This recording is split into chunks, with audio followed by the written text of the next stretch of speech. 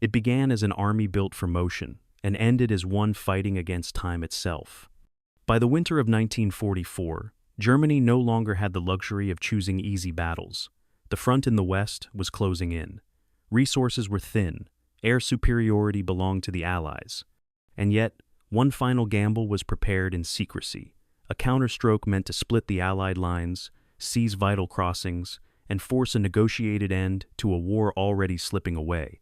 At the center of that gamble stood Manteuffel's Fifth Panzer Army. This was not an army assembled in confidence. It was assembled in urgency, pulled together from battered divisions, refitted units, and commanders who understood that failure would not be forgiven. Hasso von Manteuffel was chosen not for ideology or spectacle, but for competence under pressure. He was a commander known for flexibility, for reading terrain, for acting decisively when plans unraveled. And the plan he was given, the Ardennes Offensive, was already unraveling before the first tank moved. The Fifth Panzer Army was tasked with the most demanding role of the entire operation: break through the American center, seize key road networks, push west faster than resistance could solidify. Everything depended on speed. Snow and fog offered concealment, but they also punished engines and men alike. Roads narrowed into forests that swallowed columns whole. Fuel calculations were optimistic to the point of fantasy. Every delay threatened to turn momentum into stagnation. When the offensive began, surprise worked briefly. American lines bent. Villages fell. Roads opened just enough to tempt belief. Manteuffel's formations advanced aggressively, often outpacing neighboring armies. His use of flexible tactics and decentralized decision-making allowed units to exploit gaps where others stalled. For a moment, it appeared that the gamble might succeed not because the plan was perfect, but because execution was relentless. But war does not reward momentum forever. As the Fifth Panzer Army pushed deeper, resistance hardened. American units regrouped quickly. Roadblocks multiplied. Bridges were defended or destroyed. Fuel shortages began to bite. Vehicles stalled where maps promised open routes. Air power loomed the moment weather lifted. The advance slowed. Hours mattered. Then minutes. Then every single decision. Manteuffel adapted constantly, shifting axes of advance, redirecting units, pressing where pressure still worked, and pulling back where it did not.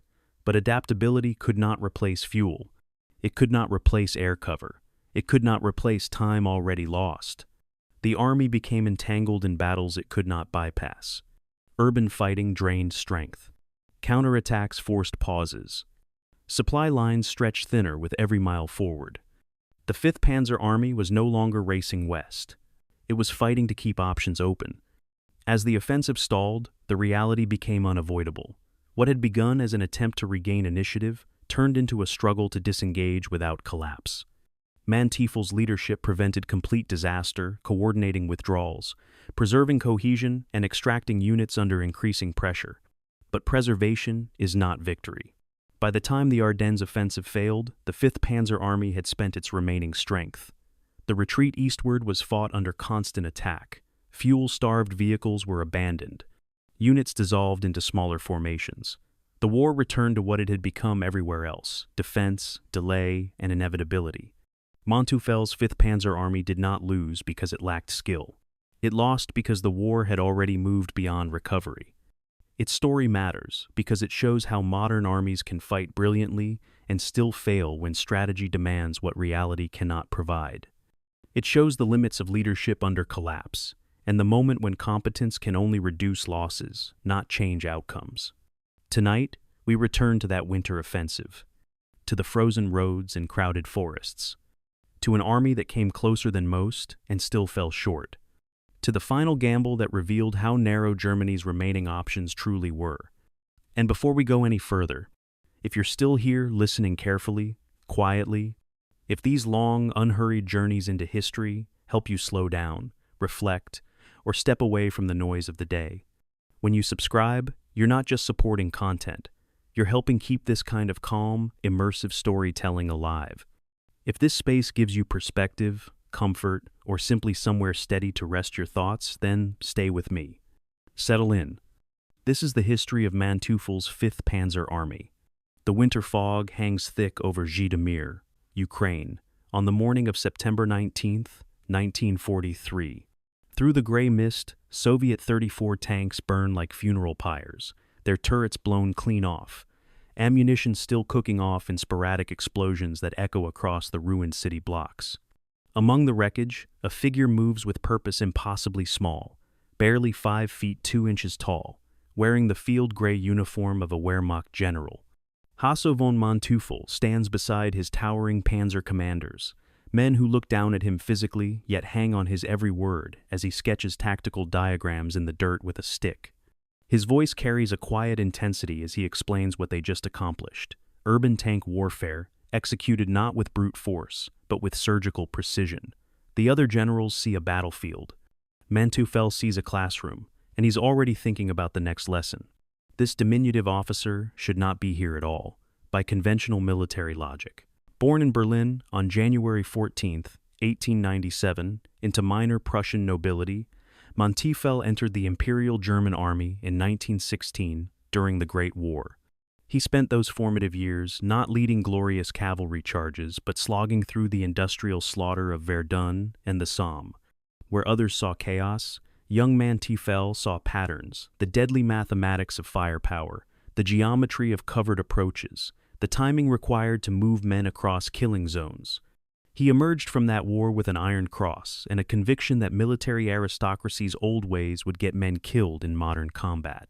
He was too short for the parade ground, too analytical for the cavalry tradition, too willing to question doctrine to fit comfortably in the officer corps that rebuilt itself during the Weimar years. But when Germany began rearming in the 1930s, Manteuffel found his calling in the new panzer forces, where results mattered more than pedigree and innovation counted more than conformity. His North African service under Rommel from 1941 to 1942 became his crucible. In the desert, Manteuffel commanded reconnaissance units that operated far ahead of the main force, gathering intelligence, probing for weakness, occasionally punching through when opportunity appeared. Rommel noticed this eager captain who led from the front, who could read terrain like others read maps, who instinctively understood that modern armor warfare demanded speed of decision more than weight of metal. The Desert Fox promoted him rapidly, and Manteuffel absorbed everything about mobile warfare from the master himself. But he also learned what Rommel would never quite accept, that tactical brilliance meant nothing without logistics, that you couldn't maneuver if you lacked fuel. That audacity required supply lines as much as it required courage. When the Africa Corps finally collapsed in 1943, Manteuffel was already gone, transferred to the Eastern Front, where the real war was being fought in snow and mud and blood. The Eastern Front in 1943 presented warfare at a scale that dwarfed North Africa. Here, Manteuffel commanded the 7th Panzer Division, then later the elite Grossdeutschland Division, the Wehrmacht's showpiece formation, equipped with the best tanks and manned by the most experienced crews. His tactical innovation, which subordinates began calling the Manteuffel method, broke with traditional German doctrine in crucial ways. Standard panzer operations called for battalion strength thrusts, 30 to 40 tanks attacking together, overwhelming enemy positions through concentrated force. Manteuffel instead organized combined arms teams at the company level, 10 to 15 tanks working intimately with infantry, combat engineers, and self-propelled guns. These smaller formations could respond to threats independently, could slip through gaps that would close before a full battalion arrived, could adapt their tactics moment by moment, without waiting for orders to filter down through command layers. His panzer grenadiers rode directly with the tanks, dismounting only at the last moment, suppressing enemy anti-tank guns while the armor maneuvered. His engineers blew obstacles under covering fire from both infantry and tanks.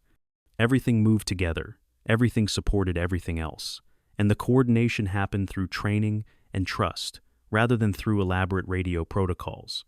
The results spoke volumes that echoed all the way to Hitler's headquarters. At the Battle of Żytomir in November 1943, Grossdeutschland Division achieved a kill ratio exceeding 7-1 against Soviet armor, destroying more than 40 enemy tanks while losing only 6 of their own. At Kirovograd in January 1944, Manteufel's division held against attacks from 3 Soviet corps, anchoring a defense that prevented a catastrophic German collapse. His tactics worked not because he possessed superior equipment, Soviet 34s actually matched or exceeded German tanks in many respects, but because he outthought his opponents at the tactical level. He anticipated Soviet moves, positioned his forces to ambush attacking formations, withdrew before encirclement, counterattacked into flanks rather than against fronts. Staff officers studying his engagements found patterns. Manteuffel almost never fought where the enemy expected, almost always held reserves for the decisive moment, almost invariably kept his formations intact for the next battle, rather than spending them completely in any single engagement. This combination of tactical brilliance and operational prudence reached Adolf Hitler's attention in October 1943. The Führer, increasingly paranoid about his general's loyalty and competence after the Stalingrad disaster, summoned Manteuffel to the Wolfschanze, the Wolf's Lair headquarters complex buried in the East Prussian forests. The meeting remains documented in memoirs and interrogation records. Hitler, pacing before wall-size maps, demanding explanations for why his armies kept retreating, why his generals couldn't seem to hold ground or recapture it. Then this tiny general enters, standing barely taller than the table, and proceeds to explain tank warfare with such clarity and confidence that even Hitler stops interrupting. Manteuffel didn't flatter or excuse. He showed the Führer mathematics: fuel consumption versus distance, armor penetration versus range, training time versus casualty replacement rates. He explained why German tanks succeeded or failed, not through mystical warrior spirit, but through combined arms coordination and tactical surprise. And, crucially, he told Hitler truths about German weakness without appearing defeatist, framing problems as solvable through better tactics rather than as evidence of inevitable defeat. Hitler was mesmerized. Here stood a general who looked nothing like the Prussian aristocrats who populated Wehrmacht high command, who spoke plainly rather than in military jargon, who radiated competence without arrogance. The Führer made his decision within days. Manteuffel would command the Grossdeutschland division immediately, with promotion to General Major, making him one of the youngest divisional commanders in the Wehrmacht. The appointment shocked the old guard generals, those who had earned their ranks through decades of peacetime service and connections. But Manteuffel's soldiers understood immediately that this promotion came from battlefield results, not staff intrigues. One panzer commander later recalled the moment in his diary. "The men call him our little general, and they mean it with affection. He leads from his command half-track, right behind the first wave. He knows our names, knows which companies are tired, knows when to push and when to let us rest. The tall generals visit us from their Mercedes sedans. Manteuffel visits us from a Hanomag half-track that smells like cordite and sweat." Throughout late 1943 and early 1944, Manteuffel refined his tactical philosophy through continuous combat. His field notebook, recovered after the war and now held in German military archives, reveals a mind constantly analyzing and adjusting. He sketched defensive positions, calculated firing angles, timed how long it took different unit types to respond to orders. He noted which Soviet commanders attacked predictably and which adapted their methods. He recorded fuel consumption for different tactical movements. An advance across open ground consumed 20% more fuel than movement through forested terrain that provided cover. He logged how quickly green replacement crews reached competency versus experienced crews. Everything became data, and data informed doctrine. His standing orders to subordinate commanders filled only 2 pages, remarkably brief for German military culture that typically produced elaborate order books. The orders emphasized principles over procedures. Maintain contact with adjacent units, preserve your force as an intact instrument, attack weak points rather than strong ones, and above all, think faster than the enemy. Decide while he's still gathering information, move while he's still deciding. This philosophy created an unusual command climate within formations under Manteuffel's control. Where other German generals demanded rigid obedience to detailed orders, Manteuffel delegated tactical decisions to his subordinates, while maintaining clear strategic objectives. Company commanders learned to act on their own initiative, knowing their division commander trusted their judgment and wouldn't punish failures that came from bold attempts rather than timid inaction. This approach created an organizational flexibility that allowed rapid adaptation to changing battlefield conditions. When Soviet forces attacked with unexpected strength at Targul Frumos in May 1944, Manteuffels' commanders didn't wait for orders. They adjusted their positions, reinforced threatened sectors, counterattacked into Soviet flanks, all based on their understanding of his methods and his intent. The result was another defensive victory that stabilized a crumbling front. Senior Wehrmacht commanders studied the battle and saw tactical skill. Manteuffel saw something else. Proof that properly trained commanders at all levels could exercise initiative that turned near disaster into success. Yet, even as his reputation grew, Manteuffel harbored no illusions about Germany's strategic position. His notebook contains a telling entry from July 1944. "We win battles, but lose campaigns. The mathematics are simple and terrible. We destroy 2 enemy tanks for every one we lose, but they build 5 tanks for every 1 destroyed, while we build 1 tank for every 3 lost. We train superior crews, but training takes 6 months we don't have, and 1 Panzerfaust in the hands of a panicked conscript can destroy the most expertly crewed Panther. We maneuver brilliantly, but we lack fuel to exploit breakthroughs, lack reserves to consolidate gains, lack air cover to prevent enemy reconnaissance from tracking our every move. I see the ending. Every professional officer sees the ending. But we continue because there's no alternative except immediate collapse. And immediate collapse means Soviet tanks in Berlin by September. So we continue, buying time, hoping something changes, knowing nothing will." This was the man Adolf Hitler chose in September 1944 for a desperate mission, building a ghost army from shattered remnants, then leading it in one final offensive that might impossibly, improbably, change the war's trajectory. Manteuffel accepted the assignment, knowing its odds of success hovered near 0. He accepted because refusal meant execution, because his soldiers deserved leadership that might increase their survival odds from 0 to merely terrible, and perhaps because some part of him still believed tactical brilliance might transcend strategic mathematics.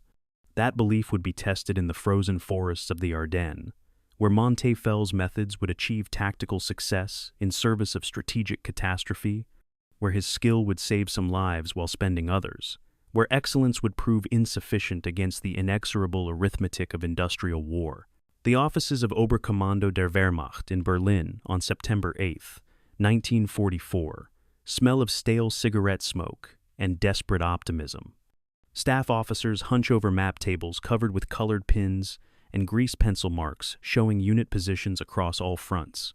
A colonel from the organizational branch slides a thin folder across the table to his superior, and the 2 men share a look that communicates what cannot be spoken aloud, in a building where walls have ears and loyalty to the Führer is constantly tested. The folder's label reads, "Fifth Panzer Army Personnel and Equipment Status, as of 1 September 1944. Inside, the reality of Germany's military situation reveals itself in columns of numbers that tell a story of institutional collapse disguised by organizational nomenclature. On paper, 5th Panzer Army exists as a formidable fighting force, 5 panzer divisions, 3 panzer grenadier divisions, multiple support units, an authorized strength of 75,000 men, and 1,200 tanks. But the colonel's finger traces down to handwritten notes in the margins, and these tell the truth. Actual tank strength across all divisions totals 217 operational vehicles, fewer than 20% of authorized strength. The 5th Panzer Army, being reconstituted, is less resurrection than elaborate fiction, a bureaucratic phantom that Germany desperately needs to believe is real. The story of how 5th Panzer Army arrived at this hollowed state traces back to Normandy and the catastrophic summer of 1944. The formation originally existed as Panzer Group West, commanding the armored reserve for defending France against the expected Allied invasion. When that invasion came on June 6th, Panzer Group West found itself caught in a nightmare of bad geography and worse timing. Hitler personally controlled the panzer reserves, refusing to release them for immediate counterattack based on his conviction that Normandy was a diversion and the real invasion would hit Pas de Calais. By the time authorization came, Allied air superiority made daylight movement suicidal. Panzer divisions traveled at night, hid during day, and arrived at the front piecemeal, exhausted, unable to mass for the decisive counterattack, German doctrine demanded. Through June and July, Panzer Group West fed divisions into the Normandy meat grinder one by one, each achieving local successes that meant nothing against the growing Allied material superiority. The Panzer Lehr Division, 2nd Panzer Division, and 9th Panzer Division all entered Normandy at near full strength. They exited as fragments, leaving hundreds of destroyed tanks in Norman hedgerows and thousands of experienced crewmen buried in hastily dug graves or imprisoned in Allied POW cages. The collapse came in August with Operation Cobra and the subsequent Falaise Pocket encirclement. Panzer Group West found itself trapped in a shrinking perimeter, pounded by artillery, strafed by fighter bombers, running out of fuel and ammunition while Allied armies closed pincers from north and south. Some units fought their way out through sheer desperation, abandoning all heavy equipment to escape on foot. Others surrendered en masse when ammunition ran out, and further resistance meant only additional casualties for no purpose. When the survivors stumbled across the Seine River in late August, Panzer Group West existed as an administrative entity with almost no combat power, company strength remnants commanded by colonels whose divisions had ceased to exist except as names on organizational charts. The retreat through France became a rout, through Belgium a panicked flight, until finally in September the remnants reached Germany's western frontier and the relative security of the West Wall fortifications. There, in depot areas behind the lines, Oberkommando der Wehrmacht performed its administrative magic trick. The shattered Panzer Group West ceased to exist, replaced on the organizational charts by the newly designated Fifth Panzer Army, as though changing a formation's name could transform its actual combat capability. Rebuilding this ghost army required cannibalizing resources from across the German military system in ways that weakened other sectors, while never quite creating strength where it was most needed. The Wehrmacht's replacement system in late 1944 had devolved into organized chaos training depots in Germany, produced insufficient numbers of poorly trained soldiers to replace the hemorrhaging casualties on both eastern and western fronts. Fifth Panzer Army received priority for replacements, which meant young men who'd received perhaps 8 weeks of basic training, who'd never seen combat, who barely knew how to maintain their rifles, let alone operate in the complex environment of combined arms warfare. They arrived by train throughout September and October, climbing down from freight cars looking more like boys than soldiers, carrying equipment that was often mismatched, wearing uniforms in 3 different camouflage patterns, because standardized production no longer existed. One veteran Feldwebel from 2nd Panzer Division recorded his impression in a letter that somehow survived the war. The replacements arrive, and they're terrified before they even reach the front. We who survived Normandy can see death in their eyes because they don't know how to survive. They don't know how to dig proper fighting positions, how to move under artillery fire, how to identify enemy tank types by their engine sound. We're supposed to mold them into Panzer Grenadiers in 3 weeks. It's not their fault they're unprepared. It's not our fault we can't train them properly. It's the fault of a system that's broken and everyone knows it but no one can fix. The tank shortage proved even more intractable than the personnel problem, because industrial production couldn't keep pace with losses, and what production did exist had to serve multiple competing demands. Germany's factories in autumn 1944 produced approximately 300 to 400 armored vehicles, monthly Panthers, Panzer IVs, Stooge assault guns, while losing roughly 500 to 600 vehicles monthly across all fronts through combat damage, mechanical breakdown, and vehicles abandoned during retreats due to fuel shortage. 5th Panzer Army's authorized equipment included 400 Panthers, 300 Panzer IVs, and 500 Stooge assault guns. Actual deliveries through September and October brought approximately 70 Panthers, 50 Panzer IVs, and 90 Stooges, with vehicles trickling in 1 platoon at a time as they rolled off factory assembly lines. The discrepancy between authorized and actual strength created bizarre situations where paper divisions bore no resemblance to physical reality. The 9th Panzer Division's official strength report listed 100 tanks. Its actual tank inventory contained 17 operational Panthers and 11 functioning Panzer IVs. Officers commanding these divisions adapted by treating their formations more like reinforced battalions. concentrating their limited armor for maximum impact rather than dispersing it across a divisional frontage that would leave them ineffective everywhere. Vehicle readiness rates told another dimension of the crisis that plagued Fifth Panzer Army's reconstitution. Even tanks that reached the units often sat immobilized, awaiting spare parts, trained mechanics, or fuel for crew training. Germany's logistics system had cracked under years of strained supply depots, held spare parts for obsolete tank models, while lacking critical components for current variants. Mechanics with experience maintaining Panthers were scarce, because the tank had only entered service in 1943, and fuel allocations for training ran so low that many crews received their first opportunity to drive their assigned tank on the actual approach march to combat. Second, Panzer Division's maintenance officer submitted a report in October detailing that of 42 tanks present in the division, only 26 could actually move under their own power. The others suffered from transmission problems, engine failures, or broken track that couldn't be fixed because replacement parts hadn't arrived from depots.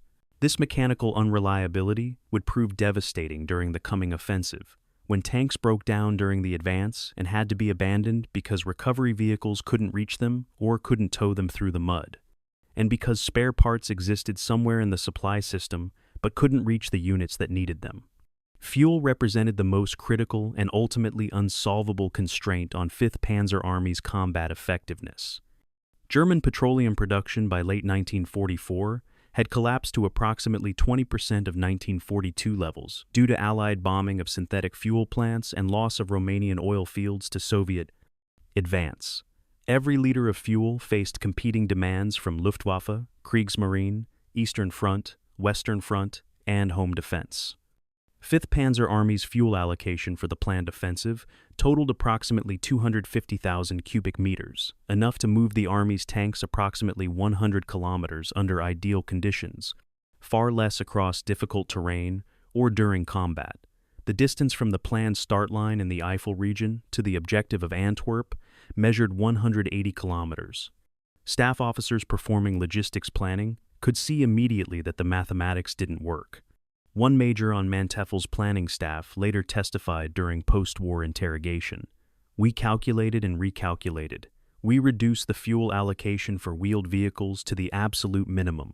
We assumed we'd capture American fuel depots, though intelligence gave us no certainty where such depots existed or how much fuel they contained. Even with the most optimistic assumptions, our calculations showed we'd run dry approximately 30 kilometers short of Antwerp. We presented these findings to General Manteuffel. He nodded, said I know, and ordered us to continue planning. What else could he do? Hitler had ordered the offensive. Logistics wouldn't stop it, only the enemy would." The human composition of the rebuilt Fifth Panzer Army reflected Germany's scraping of manpower barrel's bottom. Personnel records analyzed after the war show that approximately 40% of the Army's soldiers were teenagers or men over 35 demographics that had been exempt from frontline service earlier in the war, but now constituted the only available replacements.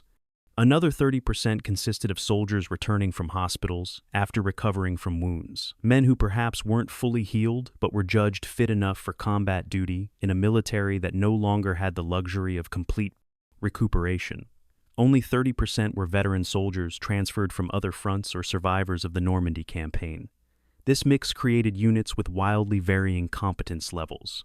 Some battalions contained a solid core of skilled veterans supplemented by green troops, who might learn quickly if they survived their first engagements. Other battalions were essentially armed mobs, undertrained, under-equipped, commanded by officers promoted beyond their competence because all the competent officers were already dead or permanently disabled. Manteuffel toured his divisions throughout October and November, evaluating their readiness, and his private assessments grew increasingly pessimistic. He identified perhaps 3 divisions that could be considered reliable for offensive operations, another 2 that might perform adequately if given limited objectives, and several that he rated as capable only of defensive action or occupation duties. The reconstitution process also revealed how completely Nazi ideology had infected Wehrmacht operations by late 1944, creating tensions that undermined military effectiveness. Fifth Panzer Army included both traditional Wehrmacht units and Waffen-SS formations. the latter being Nazi Party military forces that operated under Wehrmacht command but maintained separate supply systems, promotion criteria, and political indoctrination. The Waffen-SS divisions arriving in Fifth Panzer Army's assembly areas received preferential allocation of equipment and replacements. Their tanks arrived first, their fuel allowances ran higher.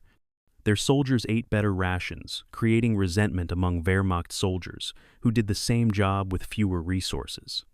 More insidiously, SS ideology emphasized fanatical resistance regardless of tactical situation, making SS units unreliable for operations, requiring tactical flexibility or calculated withdrawal. Wehrmacht officers, planning the offensive, had to account for these ideological constraints, knowing SS divisions would attack with fierce determination but might refuse to retreat when tactical situation demanded it, potentially compromising the entire operation. Manteuffel navigated these tensions with careful diplomacy, recognizing that open conflict with SS commanders would reach Hitler's ears and end his career, if not his life. Training the reconstituted divisions presented challenges that time constraints made nearly insurmountable. Traditional Wehrmacht training methodology required 3 to 6 months to transform recruits into soldiers ready for frontline service. Basic infantry skills, small unit tactics, combined arms coordination, leadership development, all built through progressive exercises, culminating in large-scale maneuvers. Fifth Panzer Army had perhaps 4 weeks from when units assembled until the planned offensive launch. Commanders focused on bare essentials, how to load and fire weapons, how to mount and dismount from vehicles, how to recognize friendly versus enemy forces, how to respond to basic tactical situations. Sophisticated maneuvers were impossible when units lacked fuel for training, when time didn't permit building training scenarios, when veteran NCOs needed for training were instead filling leadership positions left vacant by previous casualties. Some divisions attempted limited live-fire exercises, which only exposed how unprepared the soldiers were, machine gun crews who couldn't establish interlocking fields of fire, mortar teams who couldn't adjust fire based on impact observation, tank infantry coordination that broke down the moment simulated enemy resistance began. The training failures didn't doom the operation. Germany's strategic position had already done that, but they guaranteed higher casualties when these unprepared soldiers encountered combat realities. By early November 1944, Fifth Panzer Army existed in a strange liminal state between paper fiction and physical reality. On organizational charts displayed at Oberkommando der Wehrmacht headquarters, the Army appeared formidable 5 panzer divisions shown at full strength, support units in place, supply lines established, all preparing for the offensive that would split the Allied armies and change the war's trajectory. In the actual assembly areas behind the West Wall, the reality looked far different. Understrength divisions training with inadequate equipment, commanders who understood the mission was probably impossible but couldn't say so aloud, logistics officers calculating fuel and ammunition needs that exceeded available supplies by 40%, soldiers shivering in forests as early winter descended on the Eifel region. Manteuffel moved among his troops during these weeks, projecting confidence he didn't feel, praising improvements while noting deficiencies, trying to build some cohesion from these disparate fragments. He knew he was leading a ghost army, too weak to accomplish its mission, too committed to the operation to avoid trying, commanded to achieve the impossible by a leadership that had long since lost connection with battlefield reality. The resurrection was incomplete, the creation flawed from conception, but Fifth Panzer Army would attack regardless because refusing Hitler's orders meant death, and obeying them meant only probable death, and soldiers have always chosen probable death over certain execution. The Ghost Army assembled in the darkness of the Eifel forests, and soon it would emerge from the fog to shock the world one final time before dissolving back into the historical shadows from which it had been so desperately, so futilely summoned. Adolf Hitler stands before a wall-sized map in the Wolf's Lair conference room on November 1st, 1944, his left hand trembling with the Parkinson's symptoms he can no longer fully conceal, his right hand sweeping across Belgium and northern France with the grand gestures of a conductor leading an invisible orchestra. The senior generals assembled around the oak table, von Rundstedt, Model, Manteuffel, and a dozen others, maintain carefully neutral expressions as the Führer unveils Operation Wacht am Rhein, the plan he believes will snatch victory from approaching defeat. His voice rises with manic energy as he describes 3 German armies smashing through the Ardennes forest, crossing the Meuse River, driving to Antwerp, cutting off Montgomery's 21st Army Group and Bradley's 12th Army Group from each other and from their supply base. Hitler's eyes shine with conviction as he explains how this stroke will force Britain and America to negotiate separate peace, allowing Germany to turn its full strength against the Soviets. The generals listen, and several later recalled feeling as though they'd entered a fantasy realm where belief could overcome material reality, where wanting something enough could make it happen regardless of actual combat power, fuel supplies, or enemy capabilities. This was more than a military plan. This was Hitler's final gamble, the desperate throw of dice by a man who could no longer accept that the game was already lost. The operational concept had a hallucinatory quality that mixed genuine military insight with delusional assumptions. Hitler correctly identified the Ardennes as a weak sector in the Allied line, the same region where German armies had broken through in May 1940, achieving the stunning victory that conquered France in 6 weeks. The Allies had spread their forces thin here, holding the quiet sector with inexperienced divisions resting from heavy combat or green divisions newly arrived from the United States. This assessment was sound. But from this genuine insight, Hitler's plan spiraled into fantasy. He envisioned 3 armies attacking along a 100-kilometer front. 6th SS Panzer Army in the north would strike toward Liège and Antwerp. 5th Panzer Army in the center would cross the Meuse and drive west. 7th Army in the south would protect the southern flank. Together they would penetrate 180 kilometers in 7 days, cutting the Allied front in half before Allied reserves could respond effectively. The operation would begin with total surprise achieved through radio silence, night movements, and deception operations. Weather would ground Allied air power, neutralizing the enemy's decisive advantage. German armor would capture Allied fuel depots, solving the logistics problem through battlefield expedients. The plan assumed away every difficulty, denied every constraint, and demanded achievements that hadn't been possible even in 1940, when Germany's military was at peak strength. The general's initial response combined shock with an instinct for self-preservation that prevented open objection. Field Marshal Walter Model, commanding Army Group B, which would execute the offensive, sat rigid as Hitler finished his presentation, then requested permission to speak privately with von Rundstedt, the Western Front's overall commander. Hitler granted permission, and the 2 elderly field marshals retreated to an adjoining room where their heated conversation carried through the doors despite their attempts at discretion. Model's position was clear. The plan was operationally infeasible, strategically pointless even if somehow successful, and would consume Germany's last mobile reserves in a gamble with negligible chance of success. Von Rundstedt agreed but saw no alternative except resignation, which would merely result in their replacement with more compliant commanders who'd execute the plan anyway.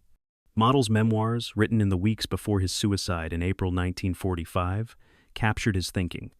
I recognized immediately that Antwerp was an impossible objective. The distance was too great, the available forces too weak, the logistics too tenuous. But what could I say? That Germany should simply defend in place until overwhelmed? That we should surrender immediately? Hitler wouldn't accept such counsel, and speaking it meant execution for defeatism. So I played the game, proposed modifications, tried to inject some realism while maintaining the fiction of loyalty. Manteuffel attended the planning conferences with the clear-eyed realism that characterized his approach to all military problems.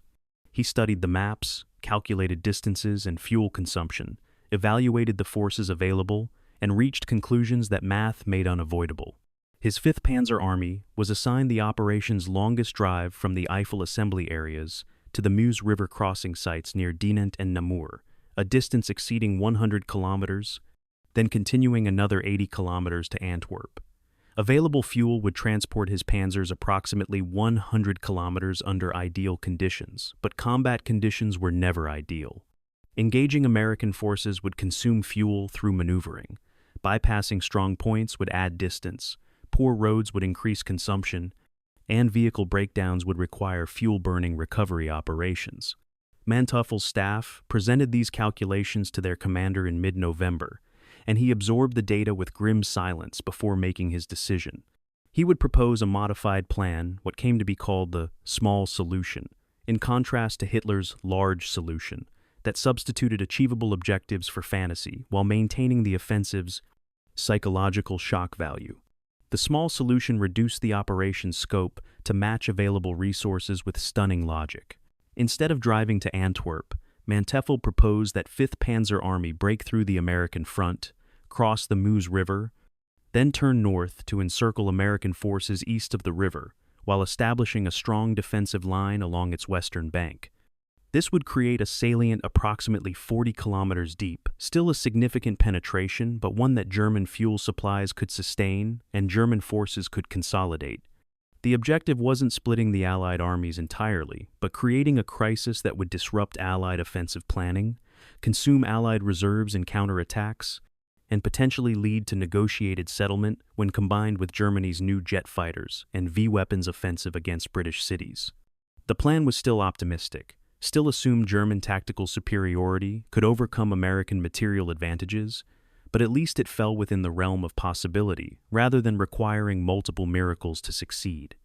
Manteuffel presented the small solution at the November 20th conference, supported by Model and von Rundstedt, both of whom recognized it as the only version of the offensive that might achieve anything beyond catastrophic losses. Hitler rejected the small solution with the contemptuous certainty that characterized his military decision-making by late 1944. He waved away the logistics calculations, insisting that boldness would overcome material constraints as it had in the past. He dismissed concerns about Allied air power, claiming that German planning had accounted for weather conditions that would ground enemy aircraft for the operation's critical first phase. He refused to accept that Germany's military capabilities had so degraded that even limited objectives now exceeded grasp. The Führer's reasoning revealed the magical thinking that had infected his strategic judgment. Germany had been outnumbered before and still won, had faced material disadvantages before and still achieved victories. Therefore, current circumstances could also be overcome through willpower and tactical surprise. This logic ignored that past successes occurred when Germany held initiative and fresh reserves, when enemies made mistakes exploited by competent commanders, when industrial capacity supported sustained operations. By November 1944, all these conditions had reversed. Germany held no initiative, possessed no reserves, faced enemies who'd learned from past mistakes, and operated on an industrial base that Allied bombing had systematically destroyed. But Hitler couldn't accept this reality, so he simply denied it, ordered the large solution forward, and dismissed his generals' objections as pessimism verging on treason. The meeting's conclusion left Manteuffel in the impossible position of executing orders he knew were unworkable. Later testimony from his staff officers painted a picture of a commander trapped between tactical realism and operational necessity. He couldn't refuse the mission without being relieved, arrested, probably executed, and his replacement would be someone less competent who'd waste his soldiers' lives more thoroughly. He couldn't modify the plan without authorization, and authorization would never come from a Führer who'd stopped listening to professional military advice. All Manteuffel could do was plan as well as possible within impossible constraints, hope for American mistakes that might create opportunities, and try to preserve his army's strength for the defensive battles that would inevitably follow this offensive's failure. His chief of staff later recalled Manteuffel's words after returning from the November 20th conference. "We'll attack because we must. We'll penetrate as far as fuel allows. We'll destroy American forces wherever we find them unprepared, and then we'll defend what we've taken for as long as possible before withdrawing. That's the real plan, though we can't write it in any operations order. The large solution is fantasy. The small solution is possible but forbidden. What we'll actually do is attack until we can't advance further, then hold until we can't hold longer, then retreat to preserve some combat power for defending Germany itself. Everything else is theater for the Führer's benefit." The operational timeline emerged from final planning conferences in late November. The offensive would begin on December 16, 1944, weather permitting. This date reflected complex calculations about when sufficient forces could be assembled, when poor weather would reliably ground Allied aircraft, and when American intelligence might detect the massive buildup and spoil the surprise. The chosen date fell during a forecast period of overcast skies, fog, and limited visibility conditions that would neutralize Allied air superiority while hampering American reconnaissance. Intelligence assessments suggested the Americans considered the Ardennes a quiet sector unlikely to see major action, making it an ideal location for inexperienced divisions to gain frontline experience or veteran divisions to recover from heavy combat. The confluence of weather, enemy dispositions, and German readiness made mid-December the optimal launch window.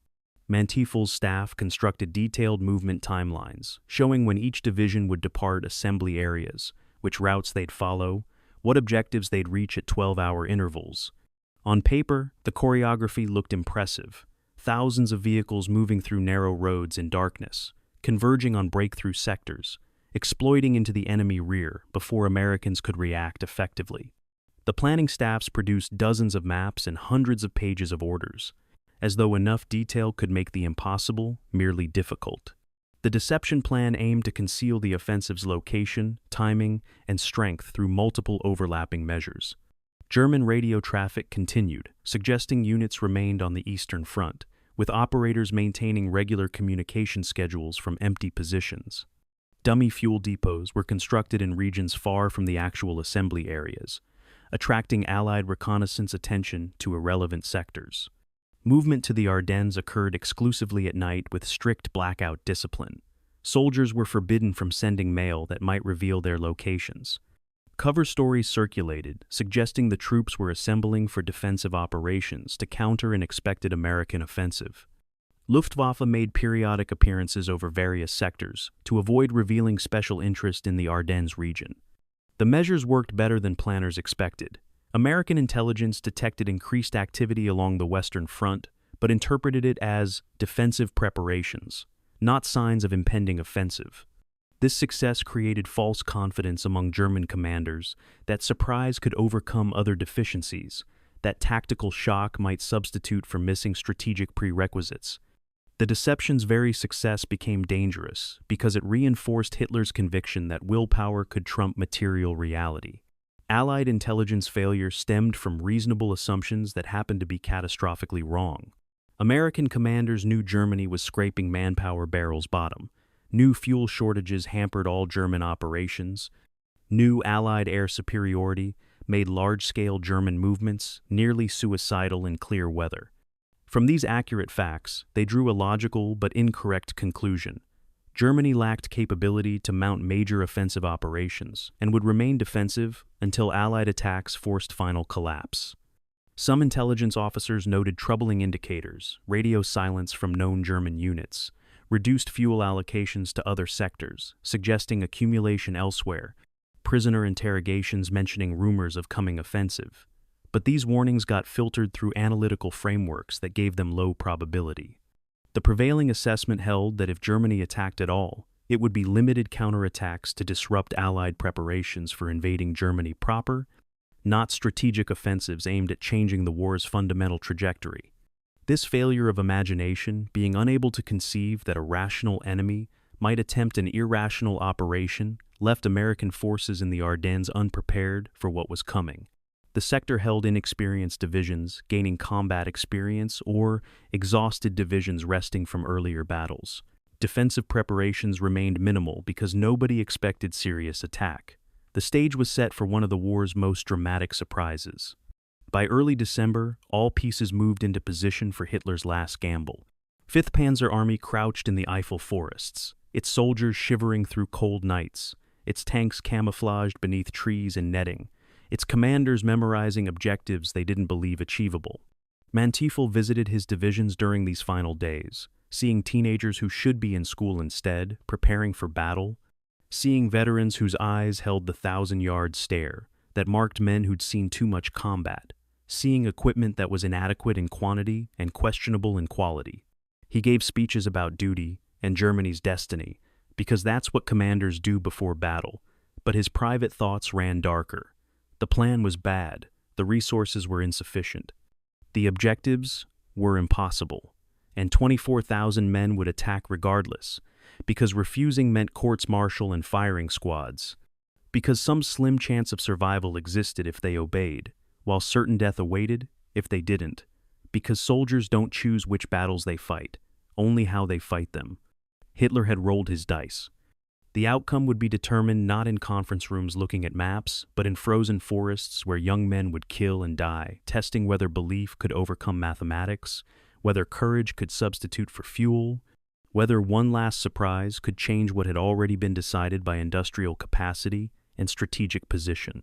The Ghost Army waited in darkness, and soon it would emerge to shock the world and then dissolve, achieving tactical surprise that meant nothing against strategic inevitability, winning battles that would lose campaigns, fighting brilliantly for a cause already lost.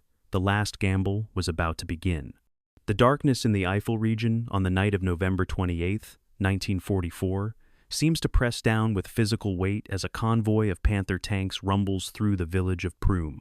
The engines have been muffled with straw packed around exhaust systems, reducing the characteristic roar to a throaty whisper, but still, the sound echoes off stone buildings as the massive vehicles navigate streets built for horse-drawn carts centuries before. Not a single light shows in any window. Wehrmacht military police have enforced strict blackout regulations for weeks, warning civilians that any illumination will be treated as treason. The lead tank stops at an intersection where a traffic control NCO consults a map by shielded flashlight, then waves the column left toward the forest roads that lead deeper into the assembly area. Behind this column, 100 others move through different villages, along different roads, all flowing toward the same destination. Forward positions just behind the West Wall fortifications, the concrete bunkers and dragon's teeth that mark Germany's western frontier. This is how armies disappear by moving in darkness, by becoming ghosts that exist nowhere and everywhere simultaneously, by turning the night into an accomplice that conceals what day would reveal. The assembly operation represented perhaps the Wehrmacht's final demonstration of the staff excellence that had once made it the world's most formidable military organization. Moving Fifth Panzer Army from depot areas across western Germany into attack positions required transporting 75,000 men, 250 tanks and assault guns, 800 artillery pieces, and 10,000 wheeled vehicles across distances of 100 to 300 kilometers. The movement had to occur without Allied aerial reconnaissance detecting the buildup, without concentrations on roads or railheads that might trigger Allied bombing, and without creating such disruption to civilian life that German citizens might spread rumors that would reach Allied intelligence through the Swiss or Swedish diplomatic channels that still functioned in late 1944. Staff officers planned the assembly with meticulous detail. Each division received specific movement corridors, with units departing at staggered intervals to prevent road congestion. Trains moved at night, depositing troops and equipment at stations for immediate dispersal into forests. Forward movement occurred exclusively after dark, with units traveling 20 to 30 kilometers per night, then camouflaging in forests during daylight hours. The assembly consumed 3 weeks of nearly continuous movement, during which approximately 150,000 German personnel traveled toward the Ardennes while maintaining near-perfect operational security. The concentration areas themselves became elaborate exercises in concealment that turned the Eifel forests into a militarized ghost landscape.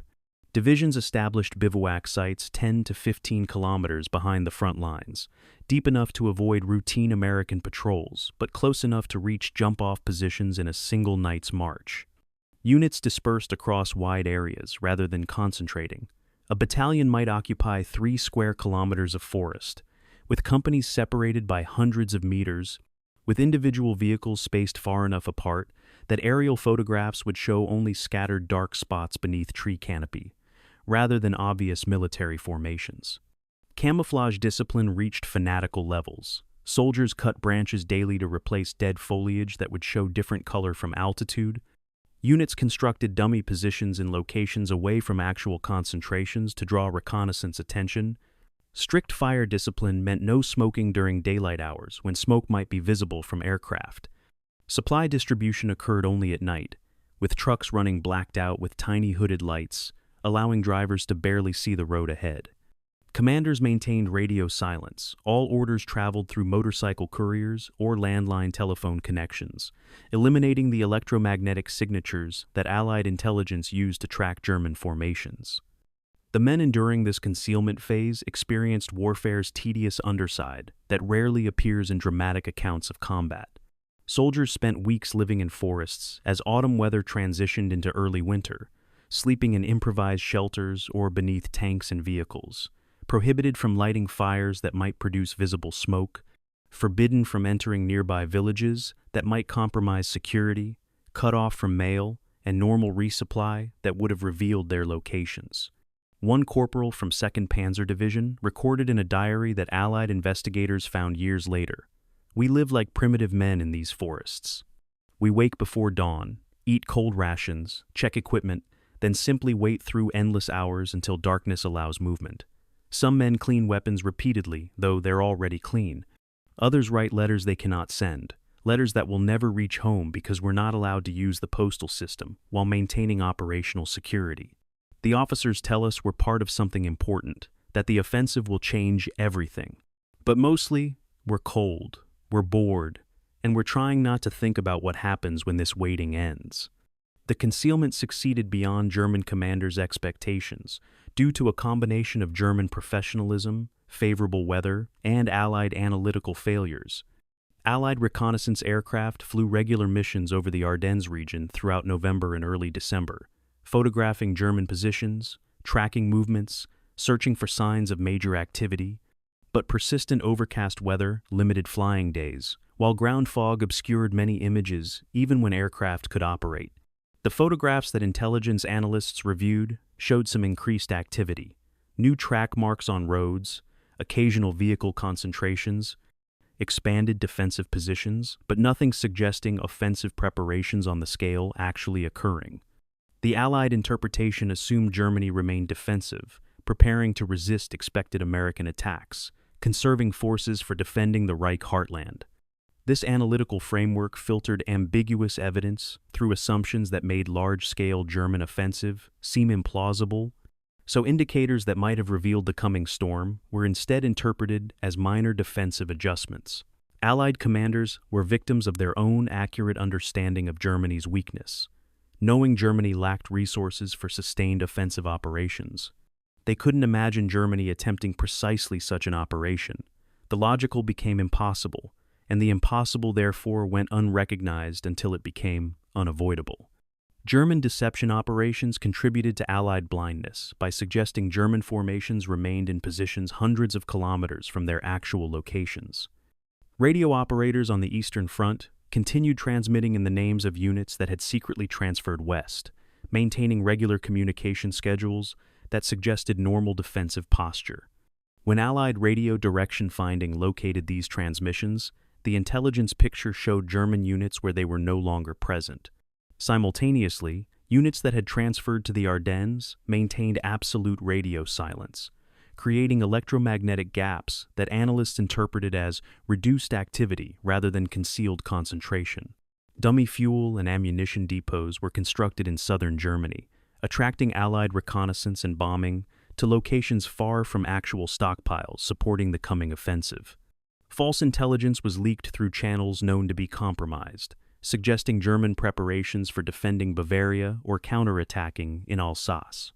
Each deception element worked marginally, but together they created a distorted intelligence picture that obscured the massive concentration occurring in the Eifel region.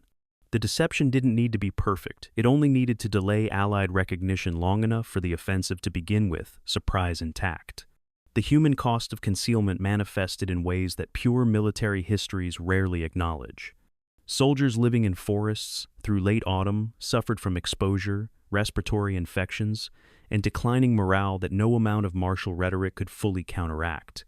Medical facilities couldn't operate with normal visibility. Wounded or sick men were evacuated at night to clearing stations that functioned with minimal lighting, doctors performing examinations and treatments by shielded lamps that barely illuminated their patients. Sanitation deteriorated as latrine trenches filled and couldn't be relocated without creating visible disturbance to the forest floor that aerial photography might detect. Men lost weight from reduced rations and the simple caloric demands of maintaining body temperature in cold weather. Replacements arrived continually, young soldiers joining units they'd never met, trying to learn which veterans to trust for survival knowledge, trying to memorize terrain they'd soon cross in darkness under enemy fire. The concealment phase became an ordeal that sapped combat effectiveness before the first shot was fired, demonstrating the hidden costs of operational security, the ways that concealing military strength from the enemy simultaneously weakened that strength through the simple friction of men and machines, enduring conditions that degraded their readiness. The organization of Fifth Panzer Army's component corps revealed both remaining German sophistication and emerging desperation. XLVII Panzer Corps under General Heinrich von Luttwitz held the Army's southern sector with 2 armored and 1 infantry division, 2nd Panzer Division, Panzer Lehr Division, and 26th Volksgrenadier Division. These units carried primary responsibility for achieving the deepest penetration, capturing Bastogne and driving to the Meuse River crossings. LVII Panzer Corps, under General Walter Kruger, commanded the northern sector with 116th Panzer Division and 560th Volksgrenadier Division, assigned to break through near street, with and protect XLVII Panzer Corps' northern flank. XXXXVI Panzer Corps under General Heinrich von Luttwitz held 9th Panzer Division in reserve, positioned to exploit whichever sector achieved the cleanest breakthrough. This organizational structure showed Manteuffel's tactical thinking. Concentrate armor for breakthrough rather than dispersing it along the entire front, hold mobile reserves for exploitation, pair experienced armored divisions with infantry formations to provide combined arms capability at each critical point. The final positioning phase occurred during the nights of December 13th through 15th, as units moved from concealment areas into actual jump-off positions within striking distance of American lines. This movement brought German soldiers within meters of enemy positions in some sectors, close enough to hear Americans talking, to smell their cooking fires, to map their defensive positions through direct observation. German assault engineers crept forward to cut gaps in barbed wire obstacles, marking routes with tape that would be barely visible in darkness but sufficient to guide attacking infantry. Reconnaissance patrols probed American lines, seeking weak points and undefended gaps that assault waves could exploit. Artillery forward observers established concealed positions that would direct the opening bombardment. Tank platoons moved into positions just behind the front line, engines cold to avoid noise, crews sleeping beside their vehicles, ready for the pre-dawn alert. The concentration was complete. An entire army occupied positions from which it could strike within hours, and the Americans across those lines remained largely unaware that catastrophe crouched in the darkness. Some American soldiers detected ominous indicators, even if their commanders didn't interpret them correctly. Frontline patrols reported unusual activity, German engineer work at night, vehicle noises from sectors previously quiet. Prisoners captured in small engagements sometimes mentioned rumors of coming offensive, whispered speculation that the static front was about to explode into violence. Some American battalion intelligence officers noted these reports with growing concern, submitting assessments up the chain of command warning that something unusual might be developing. But these tactical-level warnings got filtered through higher headquarters, where strategic assessments held that Germany lacked capability for major offensive. Division commanders assured concerned subordinates that the intelligence picture showed no threat, that the Ardennes remained a quiet sector suitable for rest and reconstitution, that German activity probably represented defensive preparations or local counterattacks at most. Some American battalions improved their defensive positions during early December, digging deeper foxholes, registering defensive artillery concentrations, establishing better communications between positions. These preparations would matter in coming days, would mean the difference between being overrun in hours versus holding for days. But nothing Americans did could prepare them adequately for what was coming, because the preparations needed would have required recognizing the coming offensive's scale, and such recognition would have demanded believing Germany would attempt what seemed militarily irrational. By December 15th, 1944, as darkness fell across the Ardennes region, Fifth Panzer Army existed in its final configuration before the storm. 200,000 German soldiers occupied positions from which they would attack at dawn. 250 tanks and assault guns crouched beneath camouflage netting, fueled and armed, waiting for orders. 800 artillery pieces stood ready to fire opening barrages. Supply trucks held the ammunition and fuel that would sustain the offensive's first phase. And beyond that first phase, supply became hope and improvisation rather than calculation. The Shadow Army had assembled in plain sight by becoming invisible, had concentrated overwhelming force by dispersing it until the final moment, had prepared for battle by enduring weeks of concealment that most soldiers experienced as simply waiting for something terrible to begin. Manteuffel visited forward command posts during December 15th's final hours, speaking with battalion commanders, checking preparations, projecting confidence that masked his own understanding of the impossible mission. He saw in his soldiers' faces the same knowledge he carried, that they would attack because ordered to attack, that they would fight because fighting was their function, that they would attempt the impossible because attempting the possible had already failed, and because there was no choice except trying or dying without trying. The Shadow Army waited for dawn's darkness before dawn, and soon the ghosts would reveal themselves, and the Americans would learn that their quiet sector was about to become a battlefield where desperation fought certainty, where tactical brilliance would challenge strategic mathematics, where Germany's final offensive would begin with stunning success that would mean nothing against the inexorable logic of industrial war. The waiting ended, the battle approached, and neither side fully understood what morning would bring.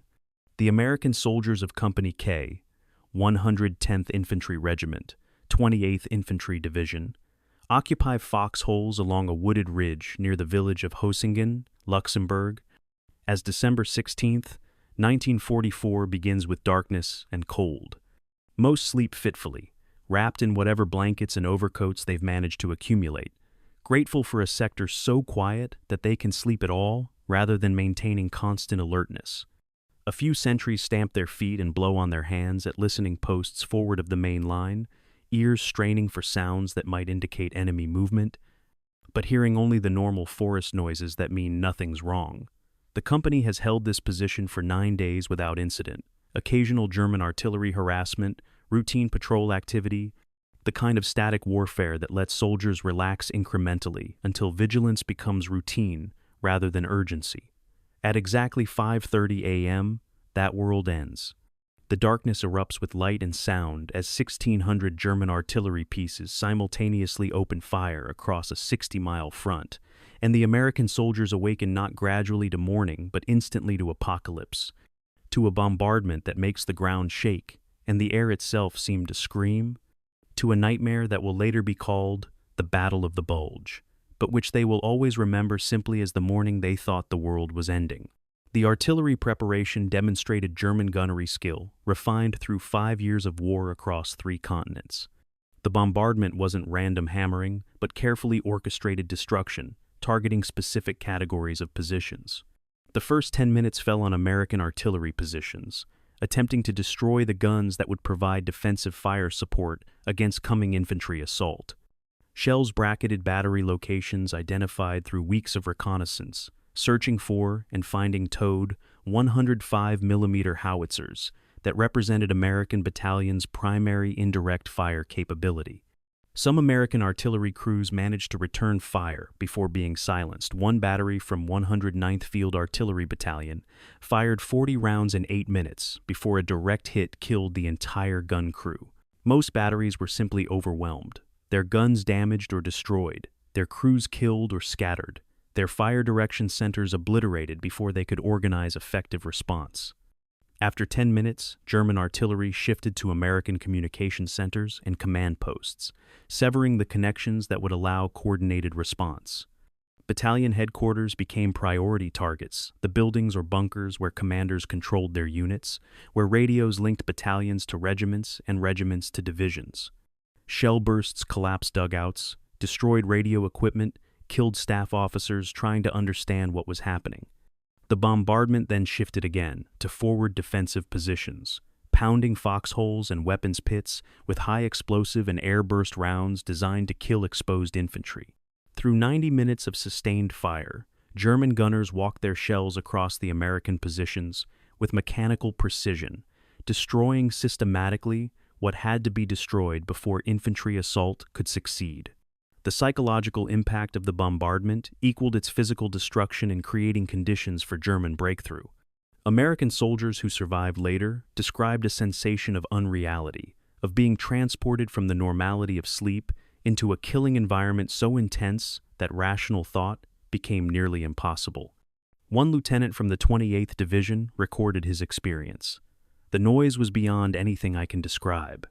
Not just loud, but a physical pressure that seemed to squeeze your chest, that made breathing difficult, that made thinking nearly impossible. The ground shook continuously, not individual explosions, but a constant tremor, like an earthquake. You couldn't hear orders, even when someone screamed directly into your ear. You couldn't see more than a few meters through the smoke and flying dirt. You couldn't tell if the shelter you dug would collapse and bury you, or if staying in it meant waiting to die when a shell found your exact position. Some men went catatonic, just sat frozen, unable to respond to anything. Others panicked and tried to run, though there was nowhere to run to. Most of us simply endured, pressed flat against whatever cover we had, praying the next shell would land on someone else. As the artillery barrage continued, German infantry began infiltrating through the American positions using darkness and chaos as cover. The assault units consisted of specially trained shock troops, men who'd rehearsed night attacks, who moved by compass through forests without lights, who'd been issued extra ammunition and assault equipment for the first wave. They navigated by sound as much as sight, moving toward areas where American return fire seemed weakest, seeking gaps in defensive positions that artillery had created. Some infiltrators carried ladder isons to cross anti-tank ditches. Others brought Bangalore torpedoes to blast lanes through wire obstacles. Still others were simply riflemen, tasked with reaching American positions and killing defenders before they could organize resistance. The infiltration succeeded through a combination of German skill and American disorientation. Soldiers still stunned from bombardment, command structures disrupted by the targeting of headquarters, communication systems destroyed by the systematic destruction of radio equipment and telephone lines. By 6:30 a.m., German infantry had penetrated several kilometers into American positions in multiple sectors, and many American units still didn't fully understand they were under major attack rather than experiencing unusually heavy harassment. The Panzer assault waves rolled forward at first light, emerging from forests where they'd hidden for weeks, advancing along roads and forest tracks toward breakthrough sectors where artillery had suppressed American anti-tank defenses. The lead tanks came from Panzer Lehr Division and 2nd Panzer Division, two of Fifth Panzer Army's most experienced formations. Their crews, veterans of multiple campaigns who understood combined arms tactics at instinctual level, they advanced in tactical formations that had been refined through years of combat. Tanks in loose formation providing mutual support, infantry riding on tank hulls ready to dismount when resistance appeared, combat engineers accompanying with demolition equipment for obstacles, all moving in coordinated pulses that paused to suppress strongpoints before continuing. The Panthers and Panzer IVs looked massive and menacing in the gray morning light, their size amplified by fog and smoke that made accurate range estimation nearly impossible for defenders.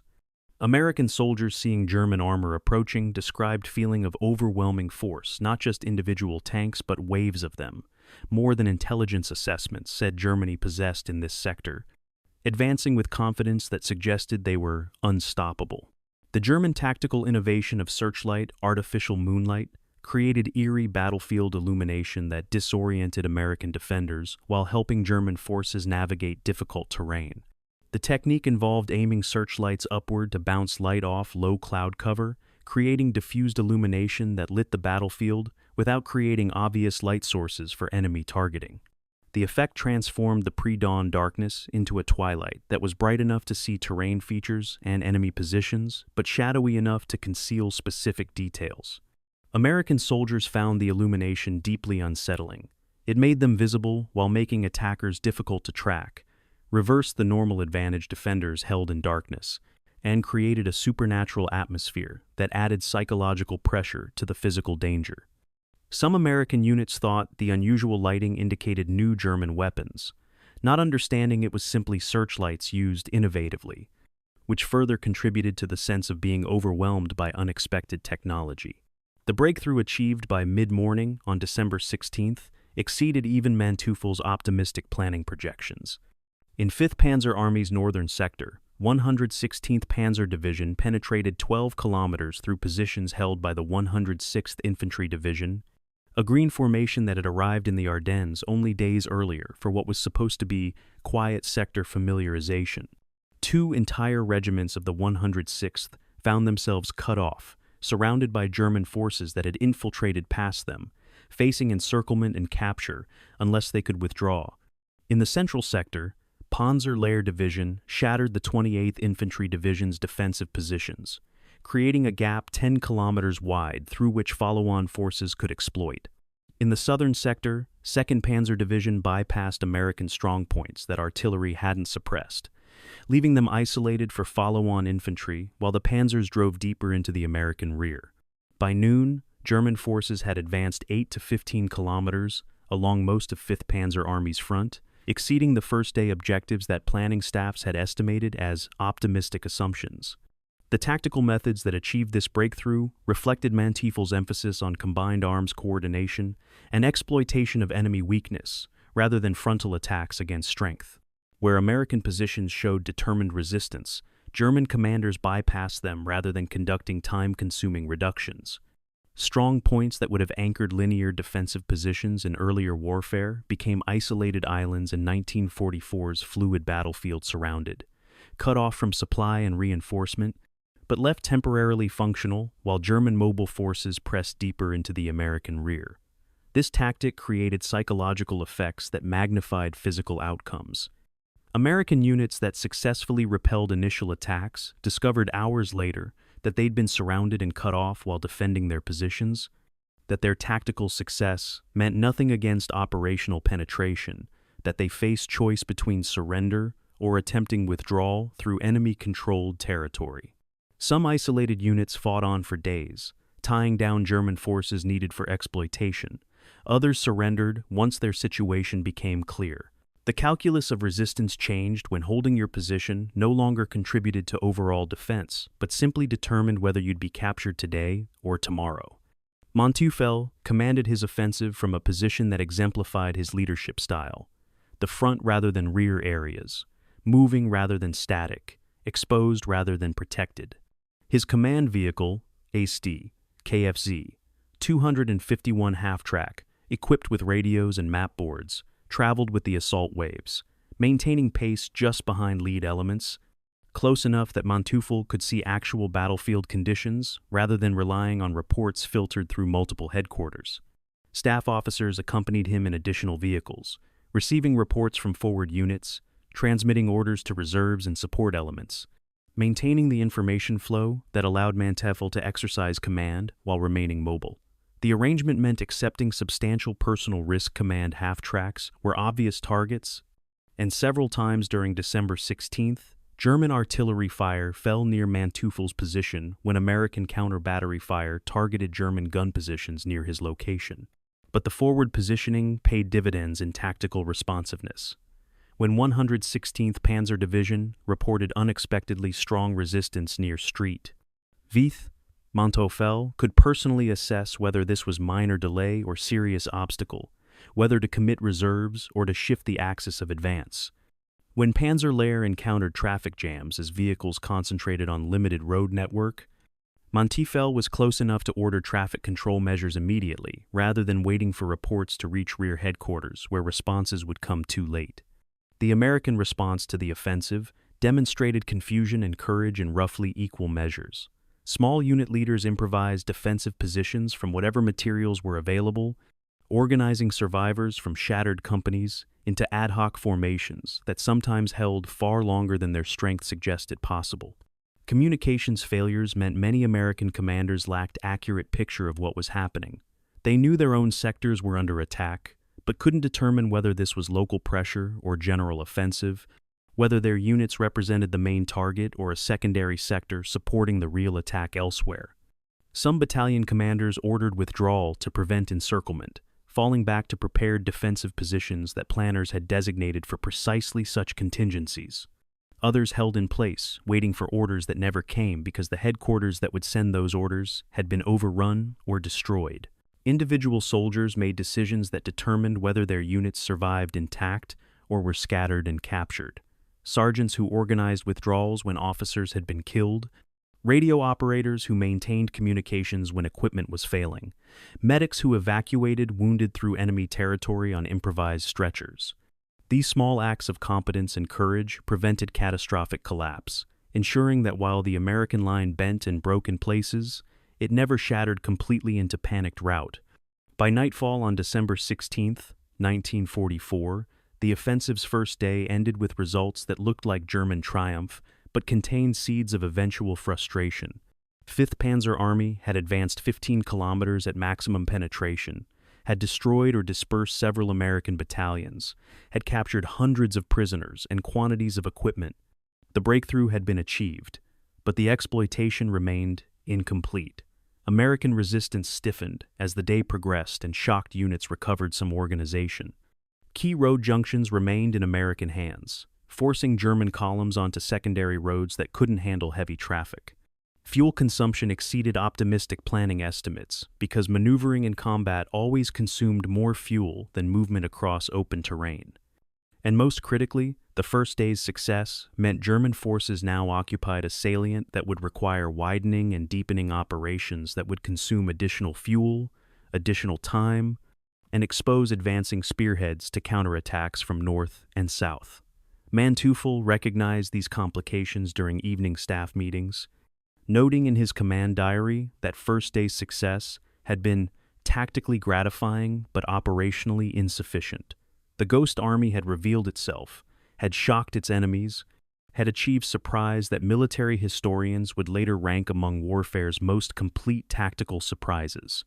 But surprise alone doesn't win campaigns.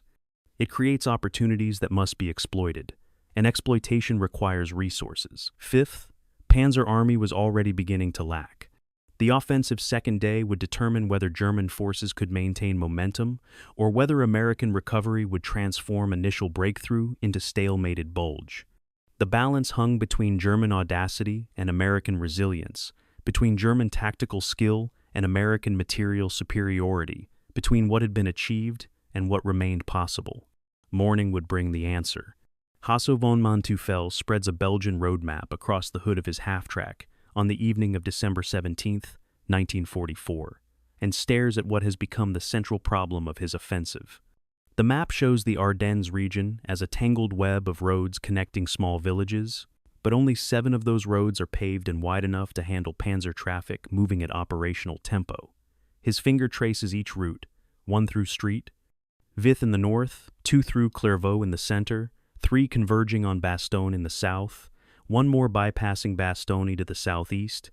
Every single route passes through a town, and in each of those towns, American forces are now digging in, preparing to defend the crossroads that German panzers absolutely must capture to maintain momentum. Manteuffel understands with terrible clarity that his entire offensive has transformed from maneuver warfare into a race against time and geography. Whoever controls these crossroads controls whether 5th Panzer Army continues advancing toward the Meuse River or grinds to a halt fighting for Belgian villages. The Ardennes terrain that concealed German assembly now threatens German exploitation, channeling his forces onto predictable routes, where American defenders need only hold key positions to stop armored divisions cold. The geography of the Ardennes presented challenges that 19th century cartographers could have predicted, but 20th century mechanized armies sometimes forgot until terrain imposed its lessons violently. The region consisted of heavily forested hills cut by river valleys, with settlements clustered at valley bottoms where roads naturally concentrated. Most roads were unpaved tracks, suitable for farm carts and light vehicles, but totally inadequate for 60-ton Tiger tanks or even 45-ton Panthers. Rain and snow turned these tracks into muddy channels that vehicles could enter but not leave without recovery equipment. The forest itself limited cross-country movement trees too close together for tanks to pass between, ground too soft to support armored vehicle weight without bogging down. German planners had studied these constraints during the initial offensive planning, concluding that panzer divisions would have to advance along roads, despite the limitations this imposed on tactical flexibility. The plan assumed rapid breakthrough would allow seizing these roads before Americans could organize coherent defense. But that assumption failed to account for American resilience, for the capacity of even shattered units to rally at natural defensive positions, for the way a few determined men, with anti-tank weapons, could delay entire armored columns when those columns had nowhere to maneuver off the single road they were following. Street Vith became the northern anchor of American resistance, and the first major objective that Fifth Panzer Army failed to capture on schedule. The town sat at a critical road junction where 5 routes converged, making it essential for any German advance toward the Meuse crossings in the northern sector. 116th Panzer Division reached Street Vith's outskirts on December 17th after pushing through the 106th Infantry Division's positions, expecting to capture the town through immediate assault before Americans could establish strong defenses. But the U.S. 7th Armored Division had raced through the night from positions 50 miles north, arriving in Street Vith just hours before German forces, converting what should have been an undefended crossroads into a fortified position anchored by Sherman tanks and combat-experienced crews. The Germans attacked repeatedly through December 17th and 18th, throwing infantry and armor against hastily prepared American positions, achieving some penetrations but failing to dislodge the defenders completely. Each attack consumed time and fuel. Each repulse forced Germans to reorganize and try different approaches, and each delay meant additional American reinforcements arriving to strengthen the defense. The fighting for Street Vith demonstrated how modern warfare's mathematics favored defenders at critical terrain. The Americans didn't need to win, they only needed to not lose quickly.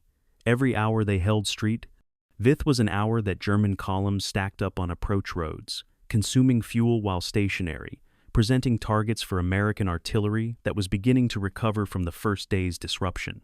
German commanders facing Street Vith's resistance confronted an agonizing choice: commit additional forces to reduce the position, which would guarantee eventual capture but consume time and resources needed for exploitation, or bypass Street Vith and accept that it would anchor American defensive line, threatening the offensive's northern flank.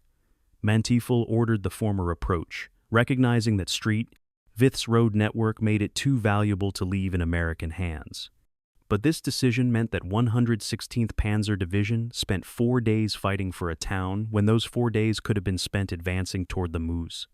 The town finally fell on December 21st, but by then, the operational situation had shifted fundamentally. What had been exploitation phase had become attritional battle, consuming German combat power faster than it could be replaced or reinforced. Bastogne emerged as the decisive crossroads, the place where 5th Panzer Army's offensive would succeed or fail based on a single tactical decision. The town sat at the hub of 7 major roads, radiating like spokes from a central point, making it the most important road junction in the entire Ardennes region. Manteuffel's original plan called for bypassing Bastogne, sending Panzerlehr Division and 2nd Panzer Division around the town's south and north sides, respectively, leaving reduction of Bastogne to follow on infantry while the panzers continued racing west. This plan made operational sense. Keep the armored spearhead moving, don't allow the offensive to bog down in urban fighting, except that some American forces would be bypassed and encircled, but not immediately reduced.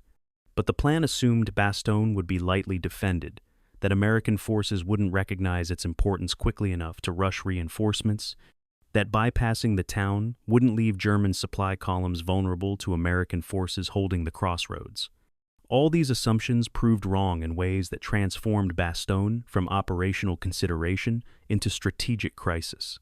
The race for Bastogne occurred on December 18th and 19th, as both sides recognized simultaneously that whoever controlled the town would control the offensive's trajectory. The U.S. 101st Airborne Division, pulled from rest areas behind the lines, traveled through the night in truck convoys that made the 100-kilometer journey in record time, arriving in Bastogne on the evening of December 18th, just as German reconnaissance elements were probing the town's eastern outskirts. The timing was separated by mere hours. If the German advance had been slightly faster or American movement slightly slower, German forces would have seized the empty town, and the entire battle would have evolved differently. Instead, the paratroopers dismounted from their trucks and immediately established defensive perimeter around Bastogne, digging foxholes in frozen ground, sighting weapons to cover approach roads, organizing the ad hoc collection of armored and infantry units that had withdrawn through Bastogne ahead of the German advance. Within 24 hours, Bastogne transformed from vulnerable crossroads into fortified position held by elite troops who had no intention of surrendering. General Heinrich von Leutwitz, commanding XLVI Panzer Corps responsible for the Bastogne sector, faced the same terrible choice that commanders throughout Fifth Panzer Army were confronting: stop and fight for the objective, or bypass and continue despite the risk. On December 19th, Leutwitz made the decision to encircle Bastogne completely, while continuing the westward advance with his armored divisions. 2nd Panzer Division received orders to screen Bastogne from the north, while pushing toward the Meuse. Panzer Lehr took the southern route around Bastogne, also continuing west. The 26th Volksgrenadier Division received the thankless task of actually reducing Bastogne, attacking the town with infantry supported by limited armor and artillery. This compromise solution attempted to balance operational imperatives against tactical realities, keep the panzers moving while still containing the Bastogne garrison. In practice, it satisfied neither requirement adequately. The encirclement was never complete. American forces maintained tenuous supply lines into Bastogne for several days before the siege truly closed, and the continued westward advance meant German supply columns had to drive past Bastogne through areas where American defenders could interdict traffic, creating a vulnerable salient that required constant defense, even while offensive operations continued. The fighting around Bastogne's perimeter through December 19th to 23rd revealed both American defensive skill and German offensive limitations. The 101st Airborne established defensive positions in villages ringing Bastogne at distances of 2 to 5 kilometers from the town center, creating a perimeter defense that forced Germans to reduce multiple strongpoints rather than simply overwhelming the town in a single assault. Each village, Longvilly, Bizery, Marvy, Cibret, became a miniature fortress where American paratroopers fought from basements and stone buildings, using terrain and structures to multiply their defensive effectiveness. German infantry attacks captured some villages after house-to-house fighting, but were then counterattacked by American armor and driven back out. The pattern repeated across the perimeter. German gains measured in hundreds of meters, achieved through hours of combat, then lost to counterattacks or simply abandoned when German units withdrew to reorganize. The siege consumed German combat power without achieving its objective, turning XLVII Panzer Corps' infantry into garrison forces, while the armored divisions that should have been exploiting breakthrough instead protected lines of communication threatened by the Bastogne defenders. Manteuffel visited the Bastogne sector on December 21st and recognized immediately that the operational situation had deteriorated beyond his planning assumptions. His headquarters diary for that date contains a brutally honest assessment. Bastogne has become an abscess that's poisoning the entire offensive. We cannot reduce it without committing forces needed for exploitation. We cannot bypass it without accepting that our supply lines remain vulnerable to interdiction. We cannot ignore it because its garrison threatens our flanks. The Americans have achieved strategic effect through tactical defense. They hold a single town. Yet that town's position forces us to divert combat power, accept longer supply routes, and slow our advance to pace of infantry combat rather than armored exploitation. This is not how breakthrough operations are supposed to develop. We're supposed to be racing west while bypassing strong points. Instead, we're fighting for villages while our fuel gauges approach empty. The diary entry captured 5th Panzer Army's central dilemma: tactical success that created operational complications, advances measured in kilometers that meant nothing if logistics couldn't support exploitation, breakthrough that was transforming into bulge rather than penetration. The road junction battles revealed a fundamental asymmetry between German and American strategic positions that terrain amplified. Germans needed to keep advancing. Every delay allowed American reinforcements to arrive, allowed Allied air power to prepare for operations once weather cleared, allowed strategic reserves to move into blocking positions. Americans needed only to delay every day. Fifth Panzer Army, spent fighting for crossroads, was a day not spent advancing toward the Meuse, a day consuming irreplaceable fuel, a day allowing the Allies to contain the penetration. Geography made this asymmetry even more pronounced, because the Ardennes channeled German forces onto predictable routes where Americans knew defensive positions had to be established. The Germans couldn't surprise Americans about where attacks would come because roads determined attack routes. Americans could prepare defenses at crossroads with near certainty that German forces would have to attack those positions. This eliminated much of the tactical flexibility that German armored doctrine depended on, transforming maneuver warfare into attrition battles that favored the side with greater resources, which was never Germany in late 1944. By December 23, 1944, the crossroads battles had imposed a week's delay on Fifth Panzer Army's exploitation that planning timelines couldn't absorb.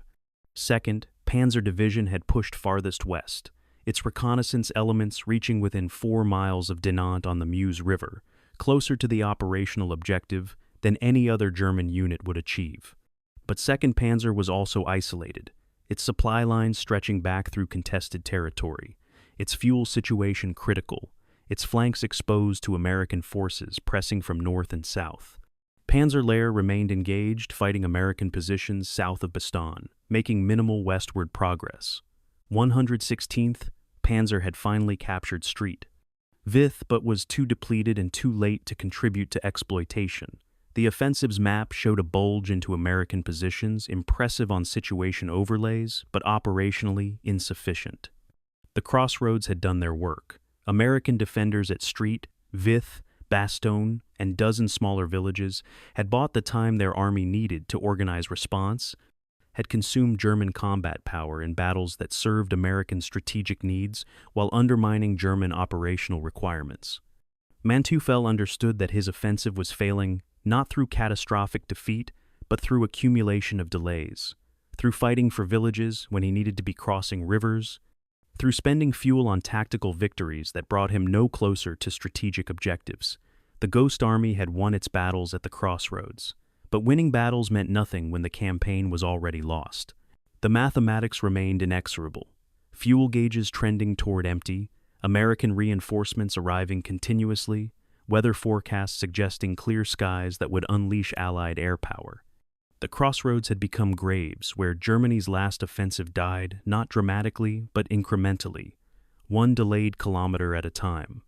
A Panther tank from 2nd Panzer Division sits motionless on a forest road 3 kilometers east of Celles, Belgium, on the morning of December 22, 1944, its engine cold and its fuel tanks empty.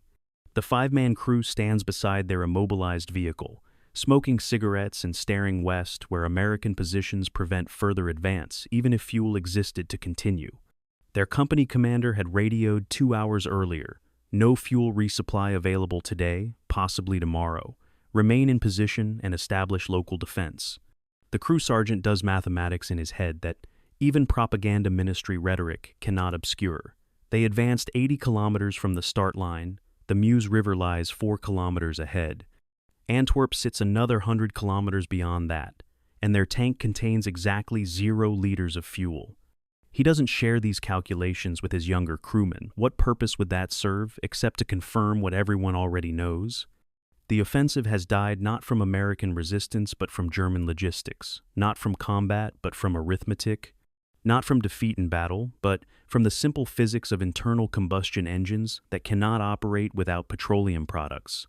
This is how armies die in modern war, not dramatically with flags lowering and swords surrendering, but quietly, vehicle by vehicle, as fuel gauges reach 0 and mechanical monsters transform into immobile steel coffins. The fuel crisis that killed 5th Panzer Army's offensive was entirely predictable to anyone willing to examine planning assumptions honestly. German petroleum production in late 1944 totaled approximately 1 million tons per month across all sources, synthetic fuel plants, remaining refineries processing what little crude oil still reached Germany, hydrogenation facilities converting coal to gasoline.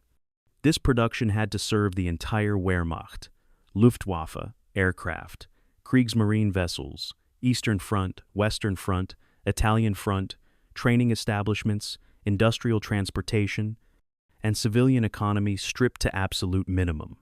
Fifth Panzer Army's allocation for the Ardennes Offensive totaled 50,000 cubic meters, approximately 15% of 1 month's total production, an enormous commitment of scarce resources. Planning staffs calculated this allocation would transport the Army's vehicles approximately 100 kilometers under ideal conditions.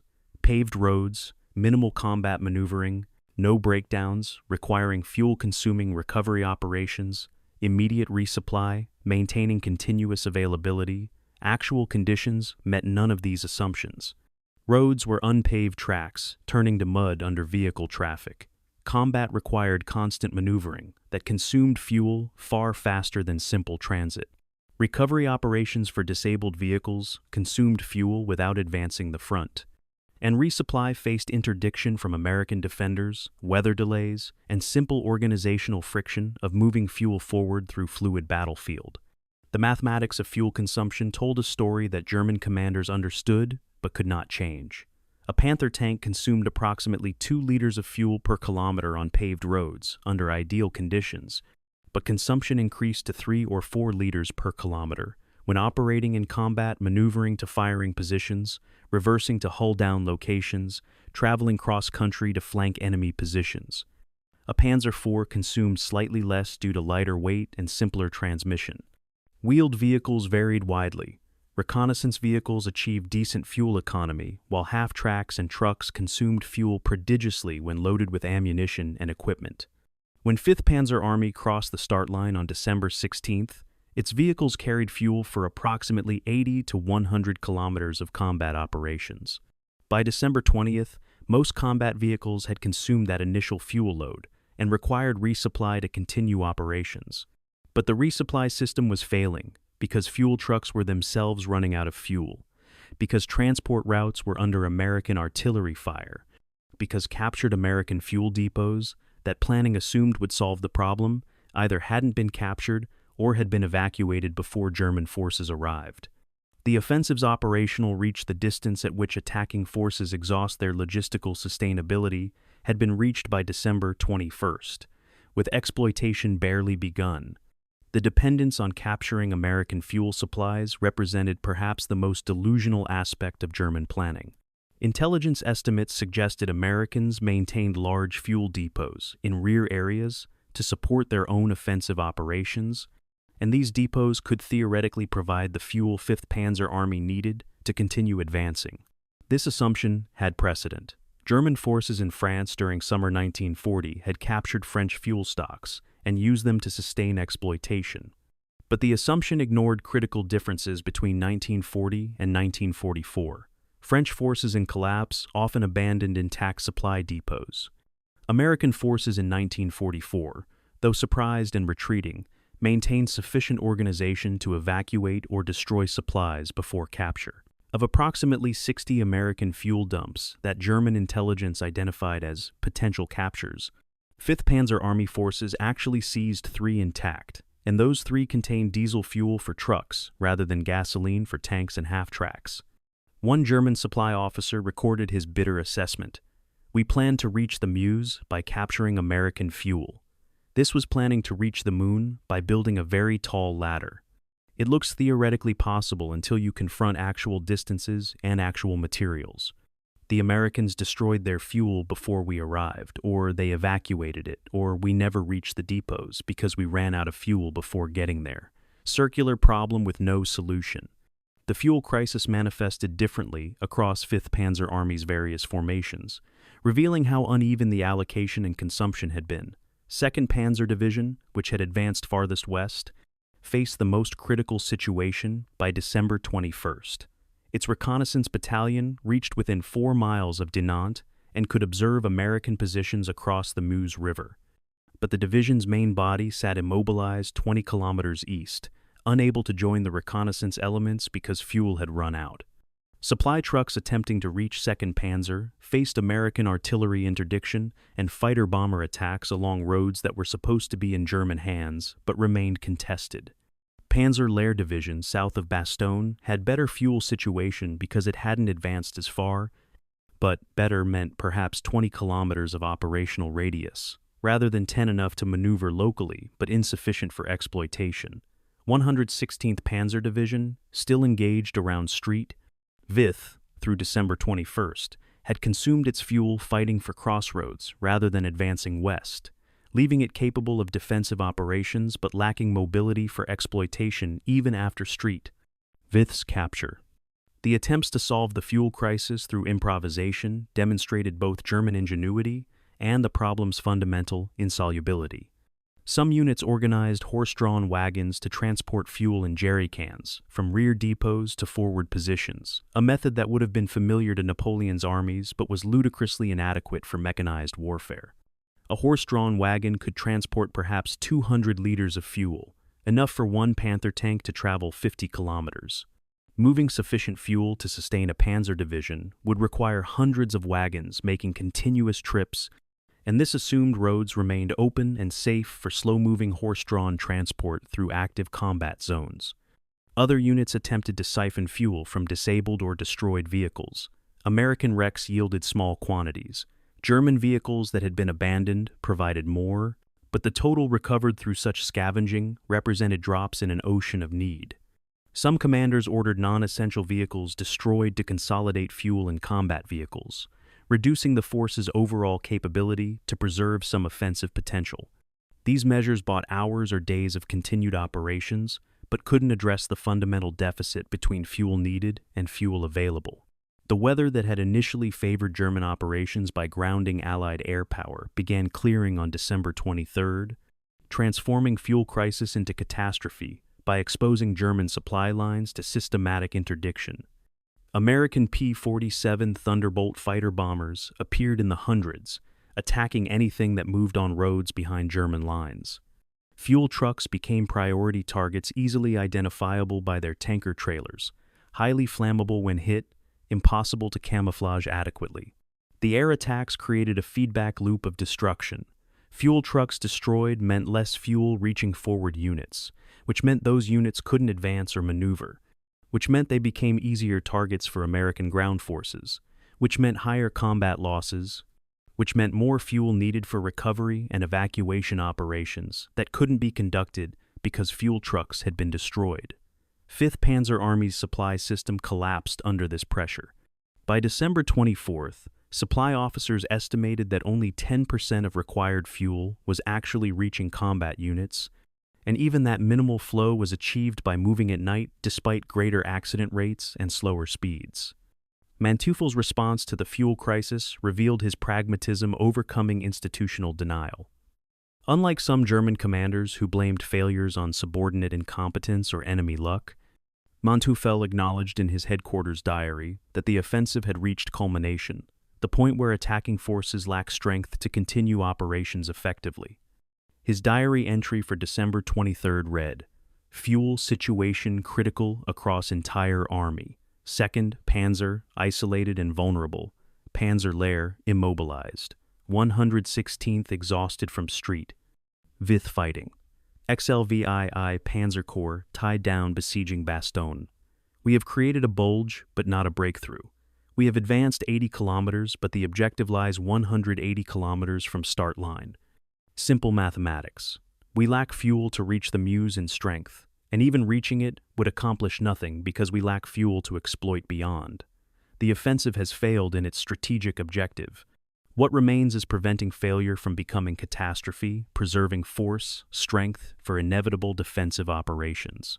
The diary entry demonstrated unusual honesty for a German general whose career depended on maintaining optimistic assessments for superiors, but Manteuffel had reached conclusions that arithmetic made unavoidable.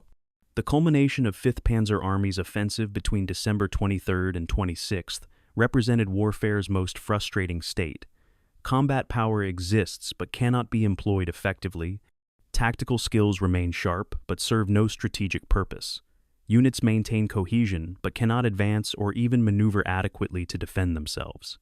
Soldiers sat beside immobilized vehicles, conserving fuel for potential withdrawal rather than continued attack, recognizing that the offensive had ended even if no formal order declared it so. Tank crews performed maintenance they couldn't perform during the advance, replacing worn track, cleaning weapons, repairing minor mechanical issues. Knowing these efforts prepared vehicles that lacked fuel to move regardless of mechanical condition. Infantry consolidated positions, digging defensive emplacements instead of assault positions, understanding that American counterattacks would come soon, and German forces had transitioned from offensive to defensive, whether headquarters acknowledged it or not. The fuel starvation created a strange interlude where combat continued but operational purpose had evaporated, where soldiers fought and died in battles that no longer served any strategic objective. The irony of Fifth Panzer Army dying from fuel starvation within sight of the Meuse River, with reconnaissance elements literally observing the objective from positions only 4 miles distant, captured warfare's brutal arithmetic. Better than any theoretical discussion could. 2nd Panzer Division's forward elements could see American supply dumps across the river, could observe the traffic on roads beyond, could identify the bridges they were supposed to capture, but they could do nothing except observe, because the fuel needed to close that final 4 miles didn't exist. Because bringing forward the supplies needed to conduct assault river crossings was impossible when supply trucks couldn't reach the forward positions, because the entire offensive had exhausted its logistical sustainability while still short of operational objectives. One soldier from 2nd Panzer described the experience in a letter that somehow reached Germany and survived the war. We can see America's wealth displayed across the river, trucks moving continuously, supplies stacked everywhere, fuel in quantities we can't even imagine. And we sit here immobilized, watching what we cannot reach, knowing that if we somehow crossed that river, we'd only be captured more quickly because we'd have no fuel to continue and no supplies to sustain combat. It's like watching food through a window when you're starving. Seeing it doesn't help. It only makes the hunger more painful. By December 26, 1944, 5th Panzer Army existed in a state of operational paralysis, masked by continued local combat. The offensive's map showed a substantial bulge into American positions 40 kilometers deep at maximum penetration, 60 kilometers wide, but the bulge was hollow. Most German combat power sat immobilized, awaiting fuel that wouldn't arrive in sufficient quantities. The exploitation phase had never materialized because fuel ran out before breakthrough could be converted into penetration.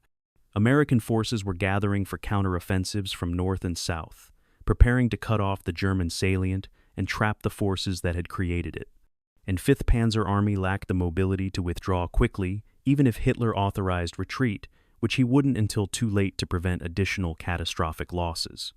The Ghost Army had died of thirst within sight of water, had been strangled by logistics while tactical skill remained intact, had failed not because soldiers lacked courage or commanders lacked competence, but because mathematics trumped both courage and competence. The fuel crisis had transformed what might have been strategic defeat into complete operational paralysis, ensuring that when American counterattacks came, German forces would face them immobilized, vulnerable, unable to maneuver, unable to retreat, able only to fight and die in positions that served no purpose, except demonstrating that modern armies operate on petroleum as surely as living organisms operate on oxygen. The offensive died, the dying continued, and fuel gauges remained at zero. The lead Sherman tank of the 4th Armored Division's 37th Tank Battalion grinds up the snow-covered road toward Bastogne on December 26, 1944, its commander standing in the turret hatch, searching for German positions that might contest this final approach. Behind this lead tank, the entire relief column extends for kilometers, tanks, half-tracks, trucks, tank destroyers, all moving in tactical formation toward the besieged town where the 101st Airborne Division has held out for 7 days against continuous German attacks. Radio chatter crackles through the tank commander's headset as forward elements report sporadic resistance, machine gun fire from the tree line, a few German infantry attempting to block the road, nothing coordinated enough to stop the American advance. At 4:45 p.m., the lead Sherman makes contact with paratroopers from the 101st's defensive perimeter, and the siege of Bastogne is broken. This moment represents more than tactical relief of a surrounded garrison. It marks the operational reversal of 5th Panzer Army's offensive, the point where German forces transition from attacking to defending, from advancing to retreating, from offensive hoping for strategic victory to defensive hoping for survival. The jaws are closing around the German bulge, and the hunters have become the hunted. George Patton's Third Army achieved what many considered impossible: a 90-degree reorientation from offensive operations in Lorraine to counter-offensive operations in the Ardennes, accomplished in under 72 hours, moving 133,000 vehicles, 100 miles through winter weather, over congested roads. The logistics of this movement represented military planning at its most impressive staffs, working continuously to deconflict march routes, ensure fuel and ammunition distribution, coordinate artillery displacement, all while maintaining operations against German forces in Third Army's original sector. Patton drove his commanders mercilessly, accepting risks that more cautious generals would have rejected, pushing units to move faster than doctrine suggested possible, gambling that German forces were too depleted to exploit the temporary vulnerabilities created during Third Army's redeployment. The gamble succeeded because Patton correctly assessed German weakness. Fifth Panzer Army lacked fuel to maneuver, lacked mobility to exploit targets of opportunity, lacked the offensive capability that might have turned Third Army's reorientation into disaster. By December 22nd, Patton's divisions were attacking north into Fifth Panzer Army's southern flank, applying pressure that forced German commanders to divert forces from exploitation to defense, consuming German combat power in battles that served only to slow American advance rather than enabling continued German offensive operations. The relief of Bastogne broke Fifth Panzer Army's operational plan completely because the town's capture, or at least its isolation, had been prerequisite for securing the southern flank of the German advance. With Bastogne reopened and American supplies pouring in to reinforce its garrison, German forces faced an American strongpoint, sitting directly astride their main supply routes west. Every German unit west of Bastogne, particularly 2nd Panzer Division, isolated near the Meuse River, now depended on supply lines that ran through terrain where American forces could interdict traffic from Bastogne. The situation created impossible dilemmas for German commanders. Continue pushing west despite untenable supply situation, hold positions despite lacking fuel to maneuver or withdraw, or retreat immediately despite Hitler's orders to maintain offensive pressure. Manteuffel understood his army faced potential envelopment if American attacks from north and south linked up behind the German salient's eastern shoulder. His staff calculated that without immediate withdrawal authorization, 5th Panzer Army risked losing not just the ground gained, but the army itself. Vehicles captured intact when fuel ran out, personnel surrendering en masse when encirclement became complete, equipment lost that could never be replaced. The destruction of 2nd Panzer Division between December 24th and 28th provided brutal demonstration of what happened when modern armored forces lost mobility. 2nd Panzer's reconnaissance battalion and lead combat elements had pushed to within 4 miles of Dinant on the Meuse River by December 23rd, the closest any German unit reached to capturing a major bridge intact. But this advanced position became a death trap when fuel exhaustion prevented the main divisional strength from reinforcing the spearhead. American forces, the 2nd Armored Division, and units from British XXX Corps converged on 2nd Panzer's exposed salient from 3 directions simultaneously. The German tankers fought skillfully, their experienced crews achieving kill ratios that favored them even in hopeless tactical situation. But skill and courage meant nothing against simple arithmetic. Germans had approximately 40 operational tanks and assault guns in the pocket. Americans brought over 200 tanks plus overwhelming artillery and air support once weather cleared. The battle at Celles and Foy Notre Dame from December 24th to 26th resembled less a clash of mechanized forces than a systematic reduction of immobilized prey. German tanks that couldn't maneuver due to fuel shortage became stationary targets. American tanks maneuvered to favorable firing positions, engaged from ranges where German return fire was less effective, withdrew when threatened, and attacked from different angles. By December 28th, 2nd Panzer Division ceased to exist. As coherent formation, approximately 80% of its armored vehicles destroyed or captured, 3,000 personnel killed or captured, the divisional remnants streaming east on foot, abandoning equipment that lack of fuel, made impossible to recover. The air campaign that accompanied the ground counteroffensive delivered devastation that German forces hadn't experienced since Normandy. Clear weather from December 23 onward allowed Allied aircraft to operate without restriction, and they took full advantage. 9th Air Force fighter bombers flew over 1,500 sorties daily from December 23 through 28, attacking anything moving on roads behind German lines. Supply trucks became flaming wrecks that blocked routes for following vehicles. Tank columns caught in open terrain were struck by rockets and bombs that destroyed vehicles and killed crews. German units attempting to reposition were strafed mercilessly, suffering casualties that reduced combat effectiveness before they even engaged American ground forces. One Luftwaffe liaison officer attached to Fifth Panzer Army headquarters recorded the helpless rage German soldiers felt. "We see American planes everywhere, flying low enough we can recognize pilots' faces, attacking with impunity because our anti-aircraft guns lack ammunition and our fighters lack fuel.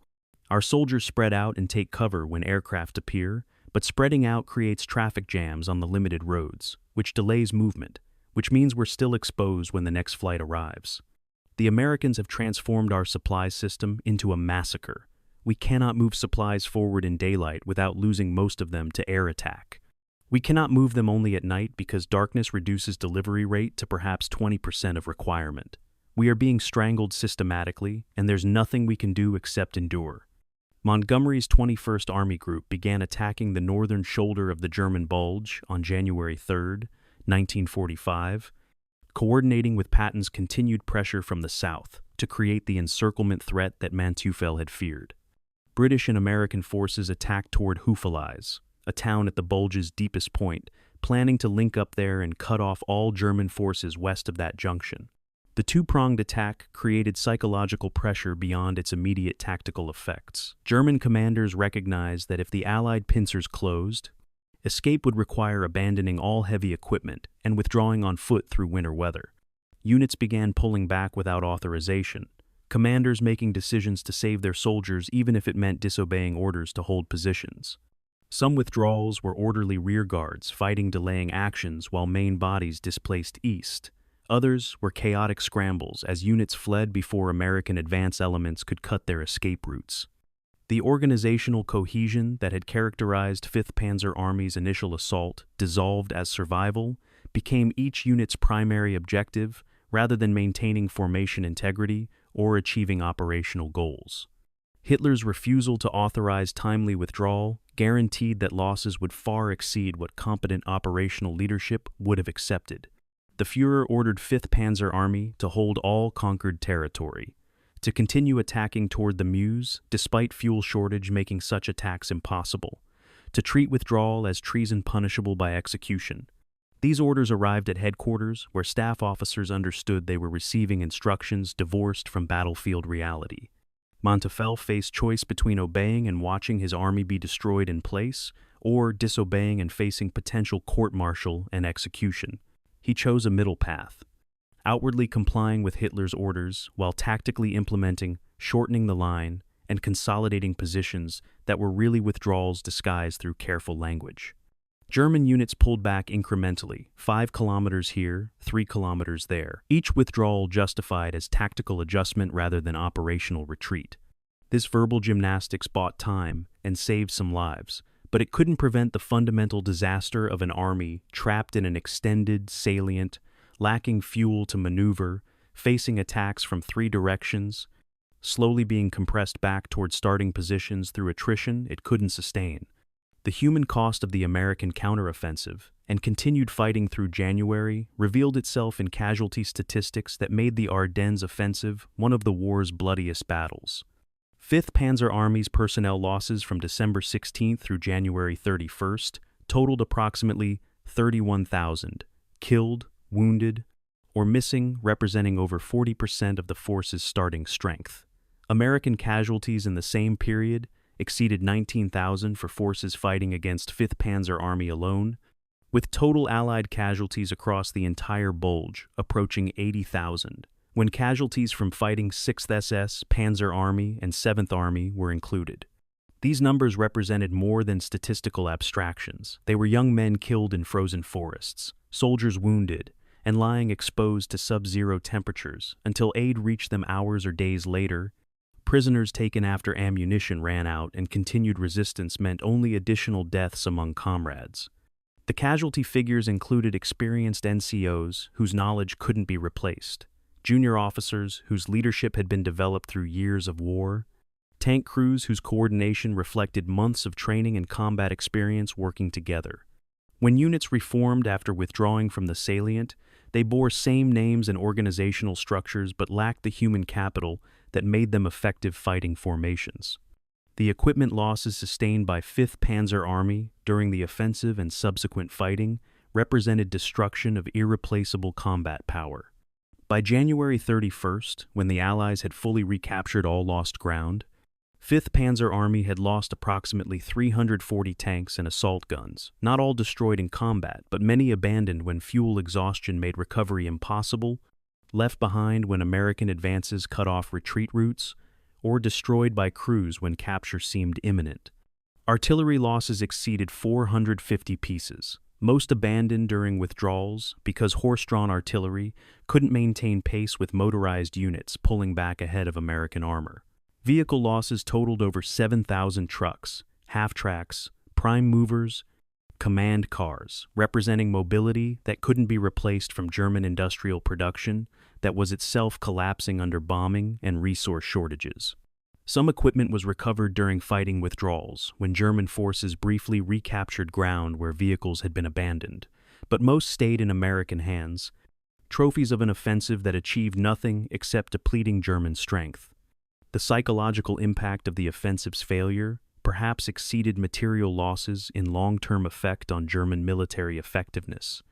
Soldiers who had been told this offensive would change the war's trajectory, who had endured weeks of concealment and preparation, who had advanced boldly during the initial assault, these men recognized that Germany's situation was hopeless when even spectacular tactical surprise and initial success couldn't achieve operational objectives. The veteran soldiers had suspected this truth before the offensive, but the Ardennes fighting made it undeniable to everyone. Many soldiers began thinking primarily about survival rather than victory, about lasting until war's end rather than achieving battlefield success. Desertion rates increased not dramatically, but noticeably, men slipping away during night marches, soldiers surrendering when isolated rather than fighting to death, entire squads sometimes disappearing before major attacks. The Wehrmacht's organizational cohesion remained largely intact through early 1945, but the psychological foundation supporting that cohesion had cracked irreparably.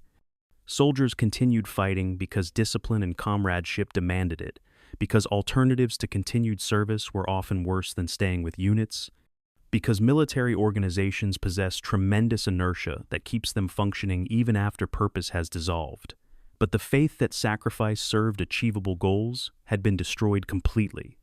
By February 1st, 1945, Fifth Panzer Army occupied defensive positions almost identical to those it had held on December 15th, before the offensive began. 45 days of combat operations had achieved net zero territorial change. The offensive had inflicted significant casualties and losses on American forces, had disrupted Allied offensive planning by forcing diversion of forces to contain the German penetration, had demonstrated that German military remained dangerous even when strategically defeated. But these achievements came at costs that Germany could not afford and America could easily replace. The jaws had closed around the bulge, had bitten off the German salient, had demonstrated that tactical surprise and operational skill couldn't overcome fundamental weaknesses in logistics, air power, and industrial capacity. Fifth Panzer Army had survived, but only as hollow shell, its divisions reduced to regiment-size formations, its combat power depleted beyond rapid reconstitution, its soldiers exhausted physically and psychologically. Manteuffel understood his army would be committed again because Germany lacked alternatives, would fight again because armies exist to fight, would likely be destroyed piecemeal through future battles against enemies who grew stronger while Germany grew weaker. The offensive had ended exactly where it began, except thousands were dead, irreplaceable equipment was lost, and any remaining illusions about changing war's outcome had been shattered utterly. The hunters had become the hunted. The jaws had closed, and the ghost army, having briefly materialized to shock the world, was dissolving back into the shadows, leaving only wreckage and casualties to mark its passage. The temperature hovers at -15 degrees Celsius on the morning of January 8, 1945. As Panzer Layer Division's rearguard establishes defensive positions on a snow-covered ridge 2 kilometers east of Houffalize, Belgium, the soldiers dig into frozen ground that resists their entrenching tools like concrete, chipping away layers of ice-hardened earth to create shallow fighting positions that will provide minimal protection from American artillery they know is coming. Behind them, the main body of Fifth Panzer Army streams eastward in columns that stretch for kilometers, exhausted infantry marching through knee-deep snow, vehicles struggling on ice-covered roads, horse-drawn wagons carrying wounded who moan with each jolt over frozen ruts.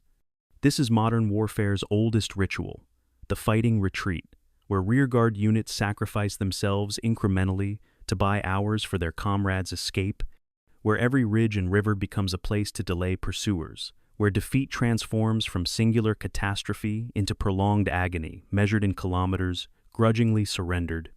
Manteuffel has finally received authorization to withdraw, but the permission came days too late to prevent the losses that characterized every retreat where politics delayed military necessity until the only choice remaining was between catastrophic losses and merely terrible ones. The authorization for withdrawal arrived only after Hitler finally accepted that holding the Ardennes salient was consuming German combat power faster than it was delaying Allied preparations for invading Germany proper. The Führer's January 8th order allowed shortening of the lines and withdrawal to more defensible positions, language carefully crafted to avoid admitting defeat while authorizing retreat. But the order came after American forces had already compressed the German bulge substantially, after Fifth Panzer Army had exhausted its offensive capability entirely, after units had begun unauthorized withdrawals, because waiting for permission meant accepting encirclement and destruction. The delay meant that withdrawal occurred under pressure from American attacks, rather than as deliberate operation conducted at German tempo. Units pulled back while engaged with enemy, establishing successive defensive positions every 5 to 10 kilometers, fighting delaying actions that consumed the rearguards while main bodies escaped. This was warfare, at its most attritional, not dramatic battles for objectives, but grinding series of small engagements where success meant losing slower than the enemy advanced. Manteuffel personally directed the withdrawal's choreography from a command post that displaced eastward every 12 hours, maintaining pace with his retreating army while remaining close enough to forward positions to exercise tactical control. His staff created detailed schedules showing which units would occupy which delaying positions at which times, which bridges would be demolished at which points, which supply dumps would be evacuated or destroyed to prevent capture. The planning demonstrated professional competence that circumstances rendered nearly irrelevant perfect plans meant little when units lacked fuel to reach assigned positions, when communication systems had been degraded by equipment losses and command post displacements, when American pressure allowed no time for elaborate maneuvers. One staff officer later recalled Manteuffel's assessment during a planning conference on January 9th. We're choreographing a ballet where half the dancers are missing and the stage is collapsing. We make beautiful plans for coordinated withdrawals, and then units withdraw when Americans push them, regardless of what the plan says. My job has become managing chaos rather than preventing it, trying to impose some structure on disintegration that's already occurring. I tell units to hold until specific times, and they hold as long as ammunition lasts or until American tanks outflank them. This isn't operational art. This is disaster management. The rearguard actions that characterized Fifth Panzer Army's retreat showcased German tactical proficiency even in hopeless situations. Units assigned rearguard missions, typically battalion strength formations with attached armor, and engineers established positions on defensible terrain and fought with skill developed through years of defensive warfare on the Eastern Front. They positioned anti-tank guns to cover approach routes, sighted machine guns to create interlocking fire zones, pre-registered mortar and artillery concentrations on likely American assembly areas, When American forces attacked, rear guards inflicted casualties disproportionate to their strength, forcing Americans to deploy fully and conduct methodical attacks rather than simply pursuing rapidly. Then, as American pressure became overwhelming and flanking movements threatened encirclement, rear guards withdrew in organized fashion, one platoon providing covering fire while others displaced, leapfrogging back to next defensive position, destroying bridges and creating obstacles to slow pursuit. The process repeated every few hours across dozens of rear guards, creating a fighting retreat that cost American forces roughly 3 casualties for every German loss, a defensive kill ratio that reflected tactical excellence while changing nothing about strategic outcome. The civilian presence in the withdrawal zone complicated military operations while adding humanitarian dimension to the retreat's misery. Tens of thousands of German-speaking Belgians and Luxembourgers who had welcomed the German offensive as liberation now fled east ahead of returning American and Allied forces, fearing retribution for collaboration real or perceived. Refugee columns clogged roads that Fifth Panzer Army needed for military movement, slowing withdrawal and making units vulnerable to American artillery and air attack. Manteuffel faced choice between maintaining operational tempo by restricting civilian road access, which meant condemning refugees to capture, or worse, or accepting reduced military movement rates to allow civilian evacuation. He chose the latter, explicitly contradicting orders from higher headquarters that prioritized military movement exclusively. His decision meant that German combat units sometimes waited hours for refugee columns to pass before they could displace, that American pursuing forces closed distance while Germans stood immobile on clogged roads, that German casualties increased because commanders valued civilian lives enough to accept military risk. One of Manteuffel's subordinates later testified about a conversation during the retreat. I asked the general why we were delaying our withdrawal to let civilians evacuate when this decision might cost German lives. He looked at me with an expression I'll never forget and said, "Because saving civilians is the only part of this war I can still feel proud of. Everything else has become simply trying to lose less catastrophically. Let them pass." The physical conditions of the January 1945 retreat rivaled Eastern Front hardships in their brutal impact on soldiers' endurance. Temperatures remained below freezing continuously, dropping to -20°C on some nights, creating conditions where exposed skin developed frostbite within minutes and where mechanical equipment required constant maintenance to remain operational. Soldiers marched through snow that had been churned into icy slush by vehicle traffic, their boots inadequate for conditions, their uniforms designed for normal European winters rather than the exceptional cold that gripped the Ardennes in January 1945. Frostbite casualties exceeded combat casualties. In some units, men whose feet froze inside wet boots, soldiers who lost fingers to cold after gloves were lost or damaged, sentries who fell asleep on guard duty and never woke because hypothermia killed them before dawn. Medical services struggled to evacuate wounded through roads clogged with refugees and retreating troops, under conditions where the wounded often died from exposure before reaching aid stations because cold weather first aid required resources that didn't exist in sufficient quantities. The demolition of bridges and infrastructure during the retreat showcased 5th Panzer Army engineer units' professionalism, while revealing how completely Germany had abandoned any hope of returning to these positions. Engineers prepared bridges for demolition as units withdrew across them, placing explosives that would drop spans once the last German soldier had crossed and first American pursuers appeared. The timing required exquisite judgment. Blow the bridge too early, and you trapped your own forces on the wrong side. Wait too long, and Americans crossed before demolition could be executed. Some bridges were demolished successfully, creating obstacles that delayed American pursuit by hours, while engineers constructed bypasses. Others were captured intact when American forces moved faster than German intelligence expected, or when demolition charges failed due to cold weather affecting detonators. The engineer units also demolished supply dumps, destroyed ammunition that couldn't be evacuated, burned rations and fuel that might otherwise have sustained American advance. This scorched earth retreat abandoned the pretense that German forces would return. They destroyed everything because they knew they would never be strong enough to reclaim ground being surrendered. The night withdrawals that characterized much of the retreat combined tactical necessity with physical misery. German units moved primarily at night to avoid American air attacks, traveling blacked out along icy roads where even small navigation errors could send vehicles sliding off embankments or into ditches. Columns moved at walking pace to maintain cohesion in darkness, with motorcycle couriers racing forward and back to coordinate movements between dispersed units. Soldiers who had fought rearguard actions during daylight marched through the night to reach rear assembly areas, getting perhaps 2 or 3 hours sleep before being committed to another rearguard position. The cumulative exhaustion degraded combat effectiveness more than individual engagements. Soldiers became clumsy, judgment deteriorated, reaction times slowed, units made mistakes that cost lives. Medical officers noted increasing cases of what would later be termed combat fatigue or combat stress reaction.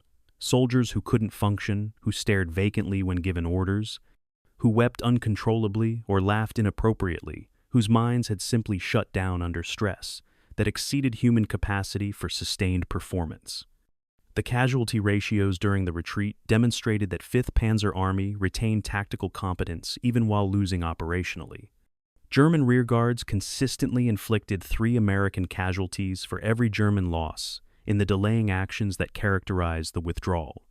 This ratio reflected German defensive skill, carefully prepared positions, experienced crews operating familiar equipment, tactical doctrine refined through years of retreating on the Eastern Front, where Soviet forces pursued with even greater determination than Americans showed in the Ardennes. But the favorable kill ratios meant nothing strategically because America could replace losses while Germany could not. Because trading 1 German soldier for 3 American soldiers was losing exchange for the weaker side, because tactical success in retreat simply meant retreating more slowly toward inevitable defeat. Manteuffel understood this mathematics with bitter clarity, noting in his diary, "My soldiers fight brilliantly in hopeless situations. They establish perfect defensive positions and destroy American tanks efficiently and withdraw in good order. And none of it matters, because we're defending ground we already lost, killing enemies whose comrades will replace them tomorrow, withdrawing toward frontiers we lack strength to hold. Tactical excellence in service of strategic irrelevance, that's what we've become." The equipment abandoned during the retreat told its own story of modern armies' dependence on petroleum and mechanical systems. Tanks and assault guns that had penetrated 80 kilometers into American positions were abandoned every few kilometers along withdrawal routes, not destroyed by enemy fire, but simply drained of fuel, their crews removing breech blocks from main guns and destroying engines before retreating on foot. Artillery pieces lined the roads, some spiked and disabled, others simply left intact, when horses pulling them collapsed from exhaustion, or when American pressure forced gunners to abandon positions before properly destroying weapons. Trucks sat empty along roadsides, their fuel tanks dry, their mechanical failures unrepaired because spare parts didn't exist. The wreckage formed archaeological trail of an offensive's death, each abandoned vehicle marking where German military power had dissolved incrementally, where machinery stopped functioning and men continued on foot, where modern mechanized warfare reverted to infantry tactics that would have been familiar to soldiers in the Great War. The final crossing of the Our River back into German territory on January 16th marked Fifth Panzer Army's return to start lines and the offensive's complete failure. The river formed the actual German-Luxembourg border, meaning forces crossing it were withdrawing from all conquered ground, abandoning every meter gained through 6 weeks of combat, returning to defensive positions behind fortifications they'd departed with such optimism 5 weeks earlier. Engineers had prepared the bridges for demolition, and as last elements crossed, explosives dropped the spans into icy water below, severing connections to battlefield where so much blood had purchased so little. Soldiers crossing into Germany exhibited no celebration at homecoming, just exhausted relief at escaping encirclement, grim awareness that they'd fought and bled for nothing, understanding that next battles would be fought on German soil, defending cities and towns where their families lived. One lieutenant recorded his soldiers' reactions. "No one spoke as we crossed. Men who normally joked even in bad situations just stared ahead, putting one foot in front of the other mechanically. We'd marched into Belgium, believing we might change the war's outcome. We returned knowing we'd accomplished nothing, except losing friends and equipment we couldn't replace. The bridge blew behind us with a sound that felt final, like a door slamming on hope. By January 31st, 1945, when the Allies completed recapturing all lost ground and the front stabilized along pre-offensive lines, Fifth Panzer Army existed as administrative entity more than combat formation. Its divisions were destroyed or reduced to battle group strength. 2nd Panzer Division fielded perhaps 2,000 men and a dozen tanks. Panzer Layer Division was rebuilding from fragments. 116th Panzer Division existed mostly on paper. The human cost of the offensive and retreat totaled approximately 48% casualties killed, wounded, captured, or missing across the force that had attacked on December 16th. The survivors were dispersed across rest areas in Germany's Eifel region, the same forests where they'd assembled for the offensive, now receiving replacements even younger and less trained than those who'd attacked in December, drawing equipment even more limited than what had been available for the Ardennes operation. The retreat through hell had ended. The army had survived, but survival meant only that it would be committed again, would fight again in conditions even less favorable, would die incrementally through future battles, where tactical skill would matter even less than it had in the Ardennes. Manteuffel looked at maps showing his army's dispositions and saw ghosts units that bore historic names, but contained none of the soldiers who'd earned those names' reputations, formations that official rosters listed at division strength, but actually fielded battalion-size forces. The retreat was over. The dying continued. And nothing that had been purchased through so much blood and suffering would change the war's trajectory by even a single day. The mathematics remained inexorable. The ending remained certain. And the Ghost Army, having briefly appeared to terrify and then retreated to disappear, now waited for orders that would send it to die, fighting battles that had already been lost before they began. Adolf Hitler bends over a situation map in his Berlin headquarters on February 3, 1945. His trembling hand tracing routes from Western Germany across Austria to Hungary, his voice rising with familiar fervor as he explains his latest strategic vision to generals whose faces reveal nothing of their actual thoughts. The Führer's reasoning combines genuine strategic calculation with delusional priority setting. Hungary's oil fields around Lake Balaton supply Germany with approximately 80% of its remaining petroleum production. Soviet forces are advancing toward these fields from the east. Therefore, Germany must defend them regardless of other considerations. The logic contains a kernel of truth wrapped in layers of denial. Yes, Germany needs oil, but Germany also faces imminent invasion from the west, where Allied armies stand poised on the Rhine, faces Soviet armies approaching Berlin from the east, faces strategic collapse that no amount of Hungarian oil can prevent, because the military forces needed to convert oil into combat power no longer exist in sufficient strength. But Hitler has decided, and Hitler's decisions are not subject to revision through mere reality. Fifth Panzer Army will transfer from the Western Front to Hungary. It will attack alongside 6th SS Panzer Army in Operation Spring Awakening. It will recapture the oil fields, stabilize the southeastern front, and buy time for new weapons to turn the war's tide. The generals listen, offer no objections that might be interpreted as defeatism, and begin planning the logistically complex and strategically pointless redeployment. The decision to transfer 5th Panzer Army eastward, rather than using it to defend Germany's western frontier against imminent Allied invasion, revealed how completely Hitler's strategic judgment had detached from military reality. In early February 1945, Allied forces held bridgeheads across the Ruhr River and were preparing major offensive to breach the Rhine, the final natural barrier before Germany's industrial heartland. Using 5th Panzer Army to defend against this offensive made obvious military sense. The army was already positioned in the west. Its forces knew the terrain.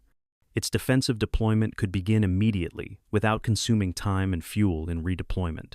But Hitler fixated on Hungarian oil with the certainty of someone who believed wishing could create reality. His staff officers attempted gentle suggestions about Western Front priorities, carefully worded questions about whether oil saved in Hungary mattered if the Ruhr industrial region fell to Allied capture. Hitler dismissed these concerns with irritation, insisting that Germany's synthetic fuel plants could support operations if Hungarian natural petroleum remained available. that successful defense in Hungary would free forces for defending Berlin. That bold offensive action would demoralize enemies on all fronts. The reasoning was circular and self-referential, conclusions predetermined and facts selected to support them, but generals who valued their lives didn't argue with the Führer in February 1945. The redeployment itself represented one of Wehrmacht's final demonstrations of the staff competence that had once made German armed forces the world's most formidable. Moving Fifth Panzer Army from the Eifel region to western Hungary meant transporting 200,000 personnel and their equipment 1,400 kilometers across a German rail network that Allied bombing had systematically degraded. The movement had to occur without revealing to Allied intelligence that major forces were being stripped from the Western Front, had to navigate around destroyed rail bridges and bombed marshalling yards, had to coordinate with civilian rail traffic that still functioned minimally, and had to complete before Soviet forces advancing from the east overran the assembly areas in Hungary. Wehrmacht transport staffs worked continuously through February, scheduling train movements that departed from dozens of stations at staggered times, routing convoys through secondary rail lines when main routes had been destroyed, coordinating with dwindling Luftwaffe resources to provide some air defense for critical junctions, where trains became vulnerable to Allied fighter-bomber attack. The movement consumed 3 weeks and approximately 15% of Germany's monthly rail capacity resources that couldn't simultaneously support industrial production, civilian food distribution, or other military movements. The opportunity cost of the redeployment was immense, but opportunity cost didn't appear on Hitler's maps, so it didn't influence Hitler's decisions. The soldiers of Fifth Panzer Army experienced the eastward transfer with mixed reactions that reflected both exhaustion and grim professionalism. Many had fought on the Eastern Front previously, knew its unique horrors, understood that warfare against Soviets involved brutality that exceeded Western Front's relative restraint. The veterans shared warnings with newer soldiers during the train journey east. Soviets didn't take many prisoners, unless they specifically needed intelligence. Wounded who couldn't walk were often killed rather than captured, and combat involved close-quarters violence, more resembling medieval sieges than modern maneuver warfare. But the transfer also meant leaving the immediate threat of Allied invasion of Germany proper, meant temporary respite from combat while units trained and absorbed replacements, meant some soldiers could take leave and visit families who lived in eastern or southern Germany before the front consumed those regions. One corporal recorded his conflicted feelings. We're being sent to protect oil that will burn in tanks we don't have, to defend Hungary when Germany itself is about to be invaded, to fight Soviets who outnumber us by ratios we don't like to calculate. But we're also leaving the Ardennes, leaving the forests where too many friends died for nothing, leaving the Western Front where Americans are gathering forces that will sweep through Germany like a flood. I don't know whether to be relieved or terrified. Probably both. The force reconstitution that occurred during redeployment and after arrival in Hungary revealed how desperate Germany's resource situation had become. Fifth Panzer Army's divisions were officially rebuilt to combat strength through assignment of replacement personnel and equipment, but combat strength, in February 1945, bore little resemblance to the same term's meaning even 6 months earlier. Divisions received replacements who'd completed perhaps 4 weeks of basic training, young men who knew how to shoot rifles but not how to maneuver under fire, who understood basic drill but not combined arms, tactics, who possessed enthusiasm but lacked the veteran survival instincts developed through combat experience. Equipment allocation provided approximately 90 operational tanks and assault guns across the entire army, fewer than a single full-strength division should have possessed, spread across multiple divisions that were therefore under strength in the capability that defined panzer formations. Artillery pieces were in shorter supply than crews to man them, and ammunition allocations ran so low that firing practice was forbidden to conserve shells for actual combat. The reconstituted Fifth Panzer Army looked formidable on organizational charts, but was hollow force that would collapse under serious pressure. The Hungarian political and military situation that Fifth Panzer Army was being sent to stabilize was itself product of strategic desperation and tactical failure. Hungary had attempted to exit the war in October 1944, seeking armistice with advancing Soviet forces before Soviet armies overran the country completely. German forces had prevented Hungary's defection through military coup that installed Arrow-Cross Party Hungarian fascists, whose loyalty to Germany reflected ideological fanaticism rather than rational national interest. The new regime mobilized Hungarian forces to fight alongside Germans, but these forces varied wildly in reliability and competence. Some Hungarian units contained genuinely committed fascist volunteers who fought skillfully and brutally. Others consisted of conscripts who deserted at first opportunity or surrendered en masse when seriously pressed. German commanders planning Spring Awakening couldn't depend on Hungarian formations for anything critical, had to assume Hungarian sectors would collapse under Soviet pressure, had to position German units to backstop Hungarian failures. This reality meant German combat power was diluted, used to plug gaps in unreliable Allies' defenses rather than concentrated for decisive offensive action.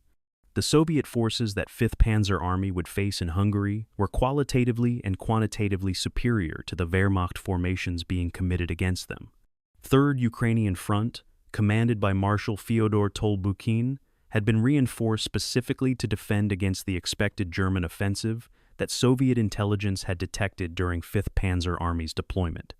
Tolbukhin commanded approximately 40 rifle divisions, multiple tank and mechanized corps, over 400 tanks in defensive positions, with another 1,000 tanks in operational reserves, and artillery concentrations exceeding anything Fifth Panzer Army had faced in the Ardennes. Soviet defensive doctrine in 1945 had evolved from bitter experience. They established deep defensive zones with multiple fortified lines, positioned anti-tank guns in carefully selected positions where German armor would be channeled, prepared counterattack forces to strike German penetrations from flanks, and accepted initial tactical losses while preserving operational reserves for counteroffensives that would destroy overextended attackers.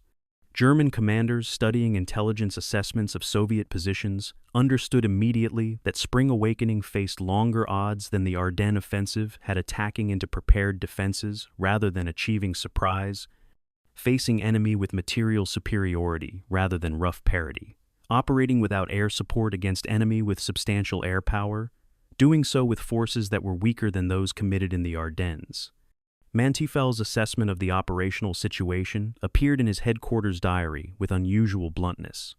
We are being ordered to attack into well-prepared Soviet defenses with forces that are inferior in numbers, equipment, and training to what we possessed in December. The objective is protecting oil fields that, even if held, cannot be adequately exploited because refineries have been bombed and transport systems have collapsed.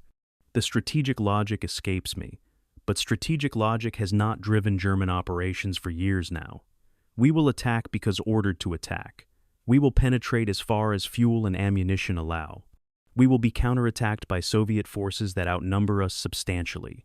We will then defend until defending becomes impossible, then retreat if retreat is authorized before we're encircled. I've explained these probabilities to subordinate commanders so they understand what we're attempting and can plan accordingly. No one expects success. We simply hope to avoid catastrophic failure.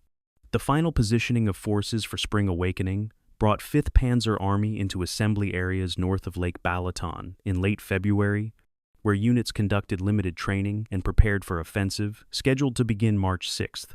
The operational plan assigned 5th Panzer Army a supporting role, rather than main effort. 6th SS Panzer Army would make the primary thrust from the Balaton's western shore, attempting to break through Soviet lines and drive northeast toward Danube River. 5th Panzer Army would attack north of 6th SS Panzer Army, protecting the main effort's northern flank, while also attempting its own penetration toward Székesfehérvár. The plan's division of effort between two armies reflected Hitler's continued faith that multiple simultaneous attacks would overwhelm enemies through creating more crises than they could respond to effectively, doctrine that had worked in 1939 and 1940 when Germany held advantages in training, equipment, and initiative, but which had consistently failed from 1943 onward when those advantages had evaporated. Manteuffel recognized his army was being positioned to fail, in supporting role for an offensive that would itself fail, that German forces would achieve some initial penetration before being stopped by Soviet reserves, that casualties would be heavy and accomplishments negligible. He continued planning and preparing because alternatives didn't exist, Refusing orders meant execution, and executing orders at least gave soldiers some chance of survival if tactical competence could partially compensate for strategic hopelessness. By March 5, 1945, as final preparations proceeded for next morning's attack, Fifth Panzer Army existed in strange state between past and future. Between army that had shocked the Western Allies in the Ardennes, an army about to be shattered by Soviet counteroffensive in Hungary, the soldiers cleaning weapons and checking equipment understood they were about to participate in another hopeless offensive, another attempt to achieve impossible objectives with insufficient means, another battle where individual courage and tactical skill would briefly create illusion of success before strategic reality reasserted itself. Some wrote letters they knew families might never receive, some prayed to gods they'd lost faith in but couldn't quite abandon. Some simply focused on immediate tasks of maintenance and preparation, because thinking too carefully about tomorrow meant confronting truths that made continued fighting nearly impossible. The Ghost Army prepared for its final offensive, and morning would bring the same pattern that had played out in the Ardennes: initial success through surprise and tactical skill, followed by culmination as resources ran out, followed by Soviet counteroffensive that would transform German success into disaster. The pattern was predictable, the outcome was certain, and the attack would proceed regardless, because that's what armies do. They follow orders, they attack when commanded, they die accomplishing nothing, except demonstrating that human will cannot ultimately overcome mathematics, that courage is insufficient when the brave are outnumbered 5-1, that tactical excellence means nothing against strategic incompetence. The Eastern Front awaited. Spring awakening was about to begin, and Fifth Panzer Army's death as effective fighting formation approached with the certainty of dawn. The artillery barrage that opens Operation Spring Awakening at 4:30 a.m. on March 6, 1945, sounds different from the Ardennes bombardment, thinner, more dispersed, the unmistakable sound of inadequacy trying to simulate sufficiency. Fifth Panzer Army's available artillery pieces number fewer than 400, compared to the 1,600 guns that opened the Ardennes Offensive, and ammunition allocations permit only 45 minutes of preparatory fire instead of 90 minutes. The shells fall on Soviet positions that have been fortified continuously for 3 weeks, on defensive lines that include concrete bunkers and steel obstacles and carefully registered defensive artillery concentrations waiting to respond. Soviet soldiers waiting in these positions aren't green American troops, surprised by unexpected attack.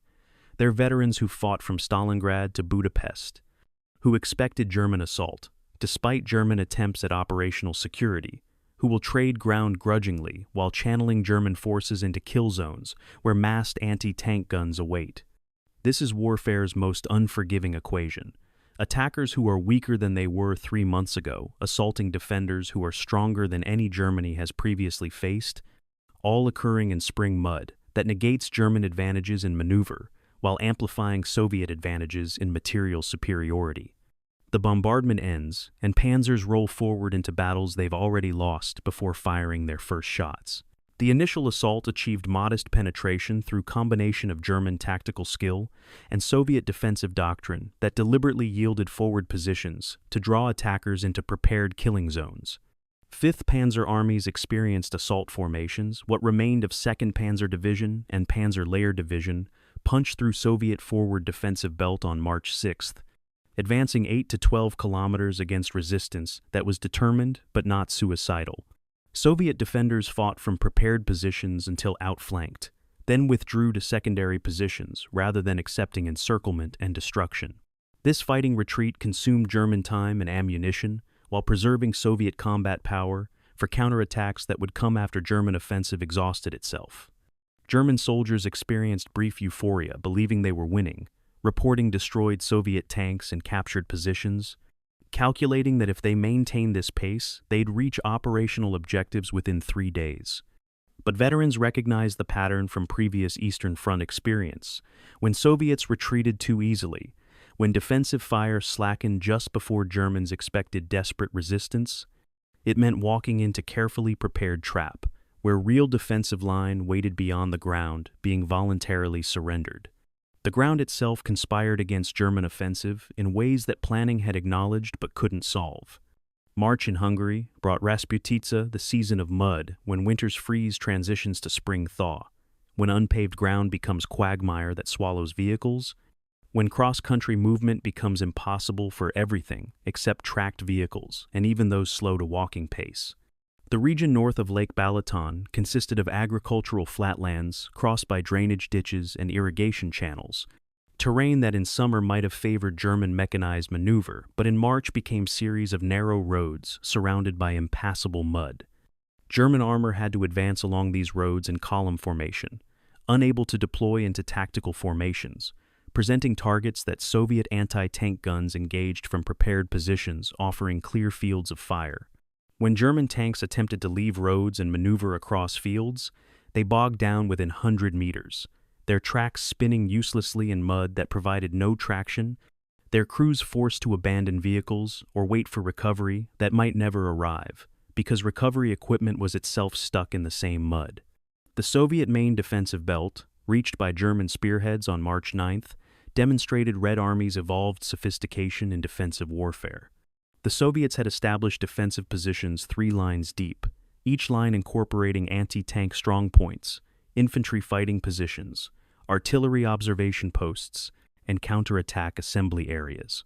The first line had been deliberately sacrificed to draw Germans forward. The second line was where Soviets intended to stop the German advance positions, carefully surveyed with interlocking fields of fire, obstacles, channeling attackers into killing zones, reserves positioned to counterattack any penetrations before they could be exploited. German forces attacking this second belt encountered defensive fire of intensity they hadn't faced since the Ardennes campaign's final days. Anti-tank guns appearing from concealed positions to engage at ranges where German return fire was less effective, Soviet armor counterattacking into German flanks rather than meeting frontal assaults directly, artillery concentrations falling on German assembly areas with accuracy that suggested excellent observation and fire direction. Fifth Panzer Army's advance, which had covered 30 kilometers in the offensive's first 3 days, gained only 2 additional kilometers on March 9th and 10th combined, with casualties mounting from levels that were sustainable to levels that presaged collapse. The Soviet 34-85s that appeared in quantities during defensive battles represented technological and tactical evolution that German intelligence had underestimated.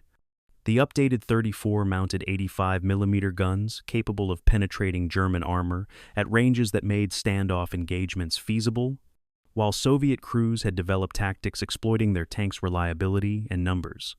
Soviet tank companies operated in coordinated fashion that resembled Manteufel's own combined arms doctrine, infantry supporting armor closely, anti-tank guns engaging German tanks while Soviet tanks maneuvered for flank shots, everything working together in defensive-offensive cycles that prevented German forces from establishing tempo.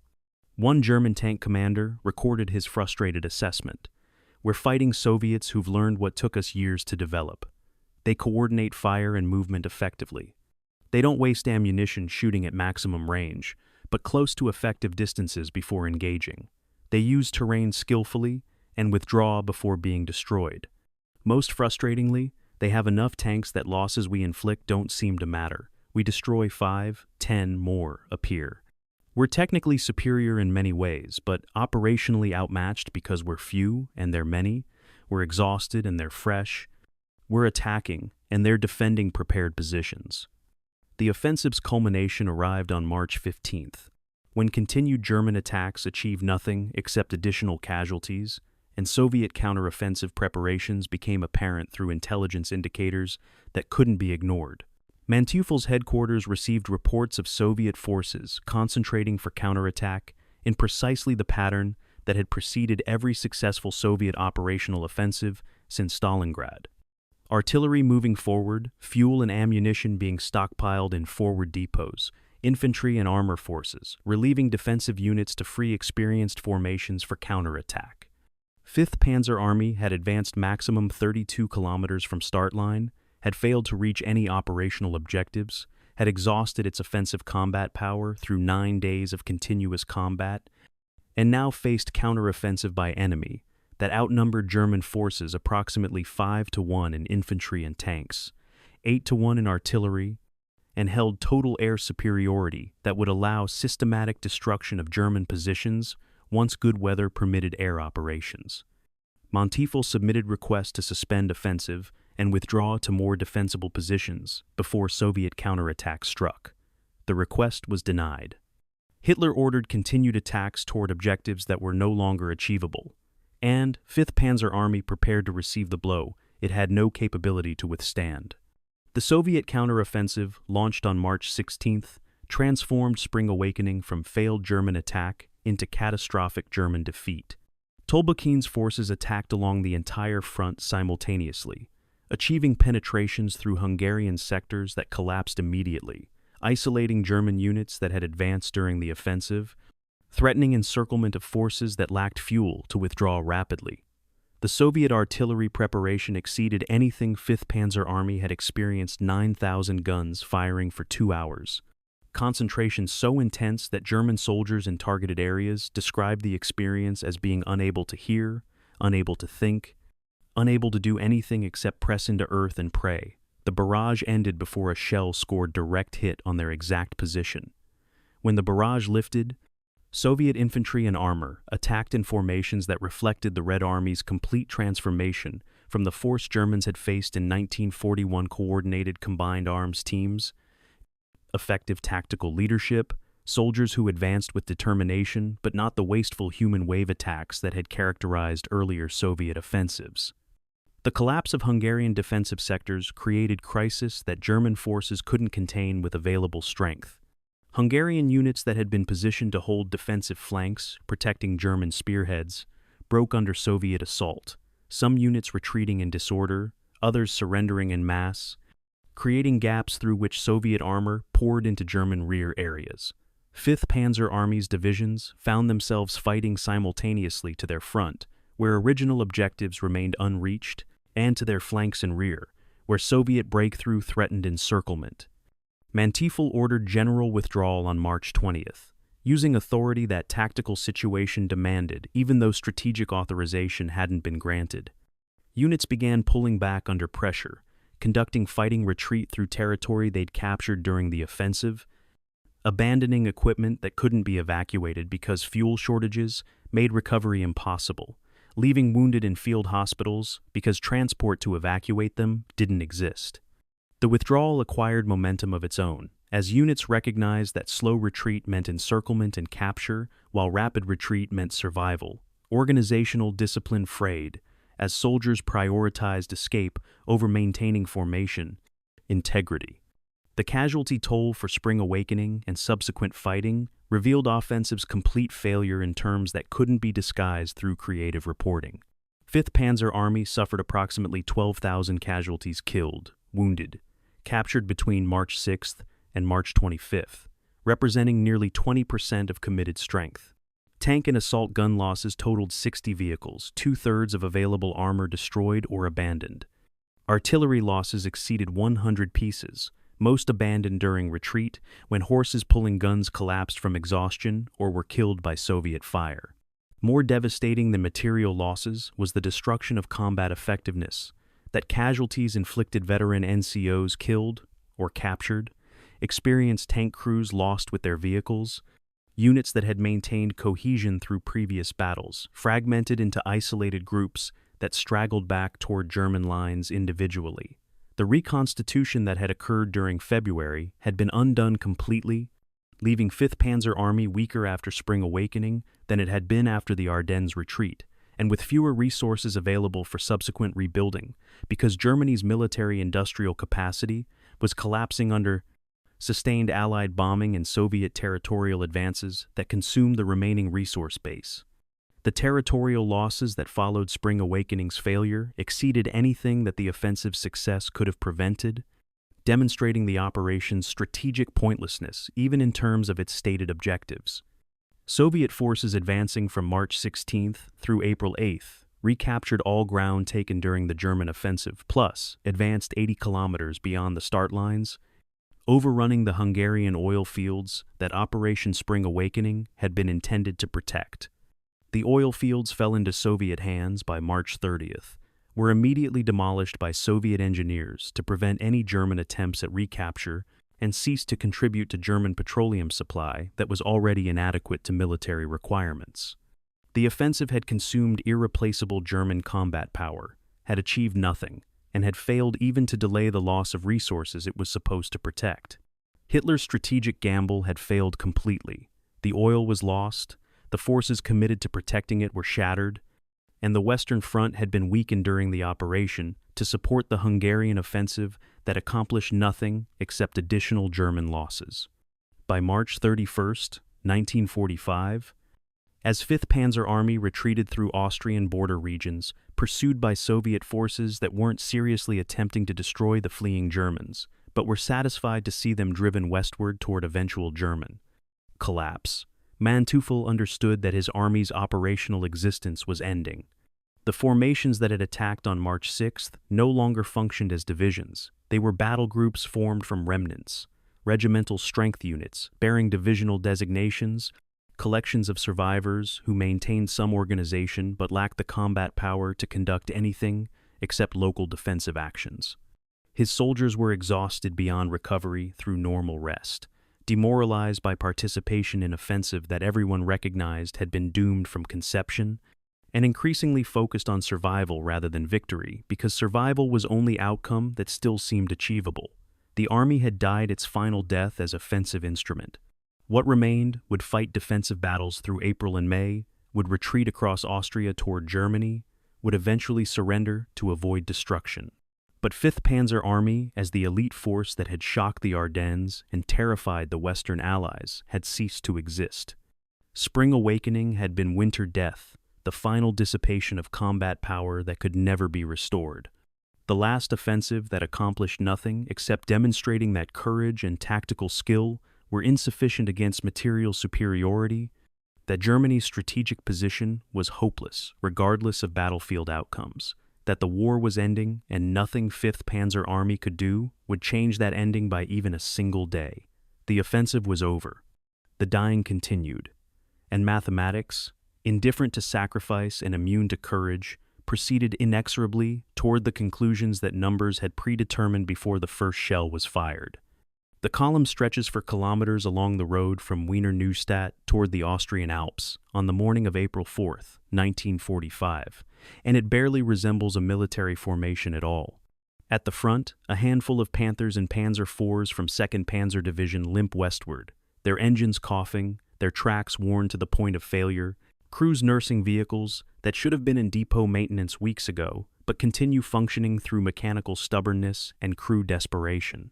Behind the armor comes the infantry, thousands of Wehrmacht soldiers, marching in loose groups rather than organized companies, their uniforms torn and filthy, their weapons slung or carried carelessly, their faces showing the exhaustion that comes from weeks of continuous retreat.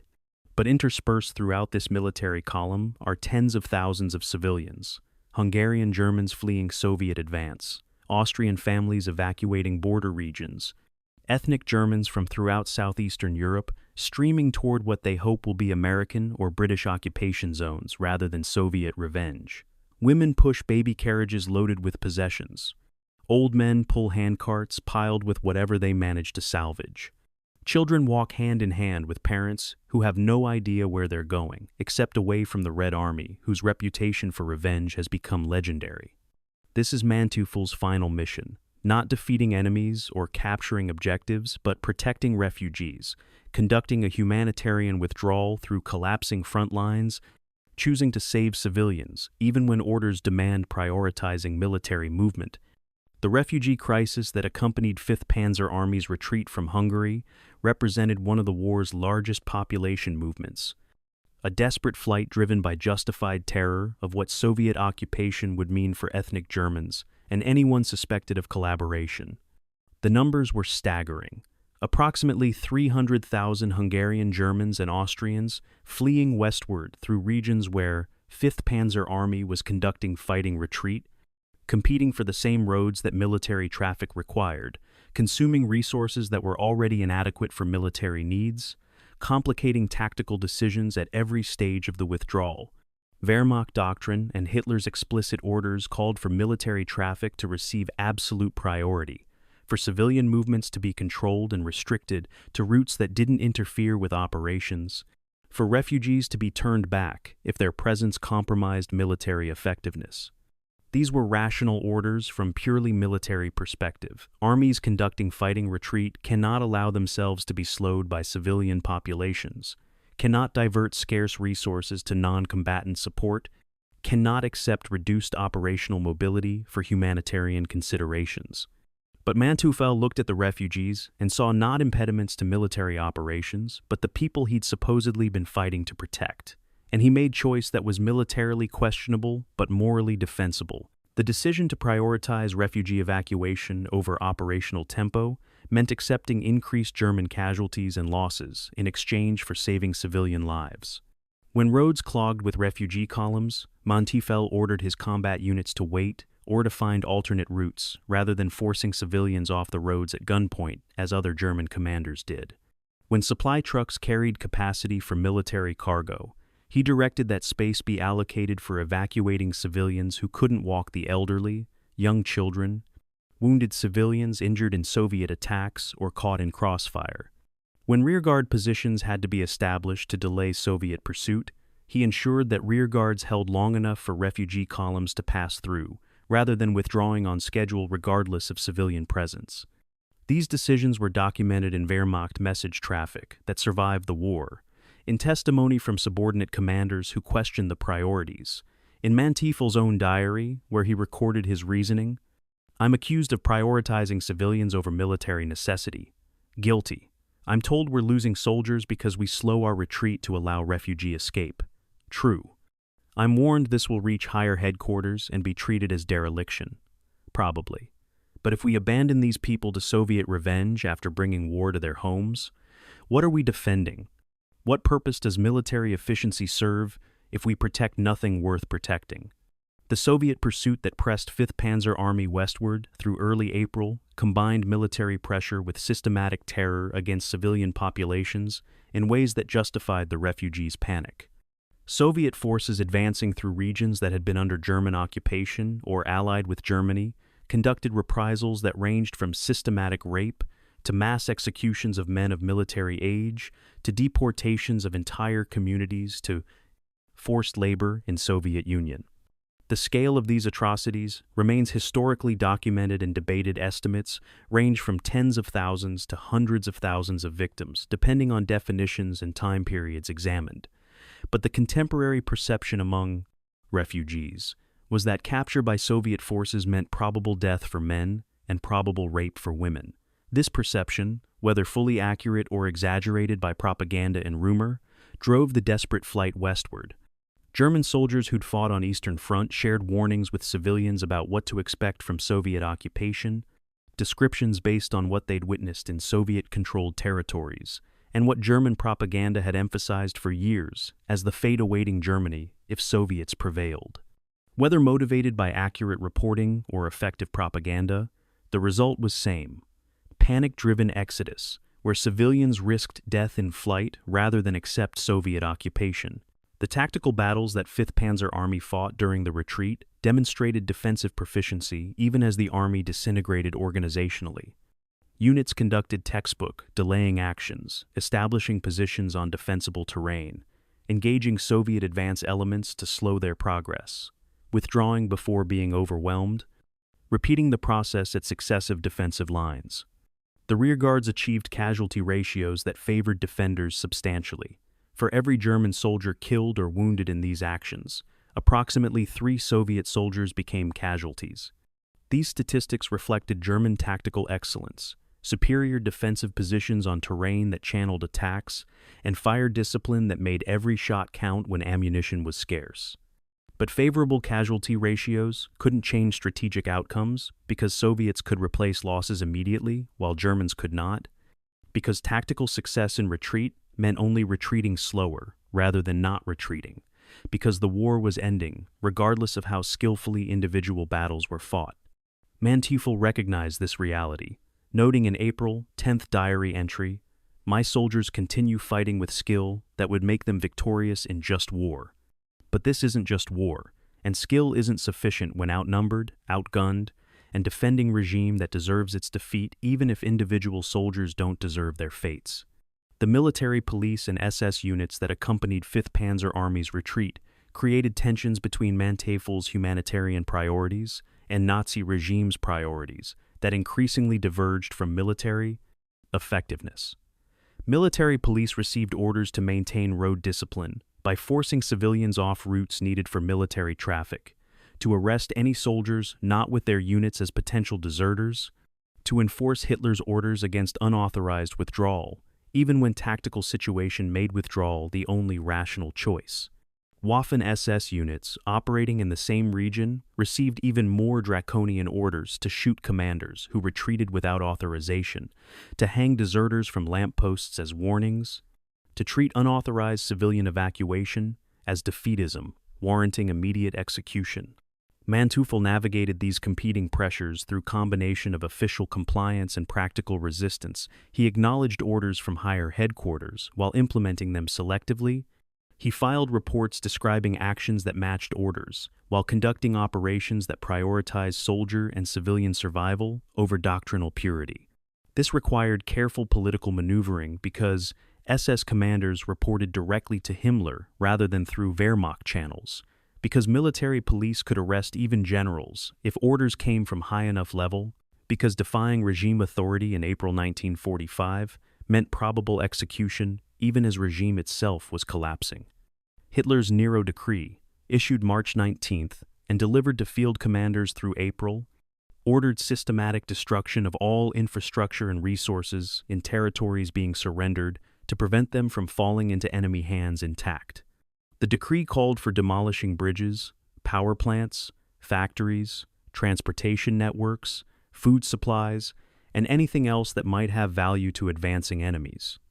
Applied literally, the Nero Decree would have transformed Germany and German-occupied territories into wasteland, would have condemned remaining civilian populations to starvation and deprivation, even after military operations ended, would have eliminated any hope of post-war recovery.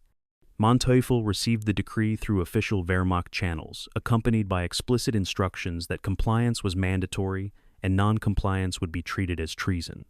He read the order, filed it with acknowledgement of receipt, and proceeded to ignore it almost completely. Bridges were prepared for demolition, but blown only when tactical situation absolutely required it to delay enemy advance.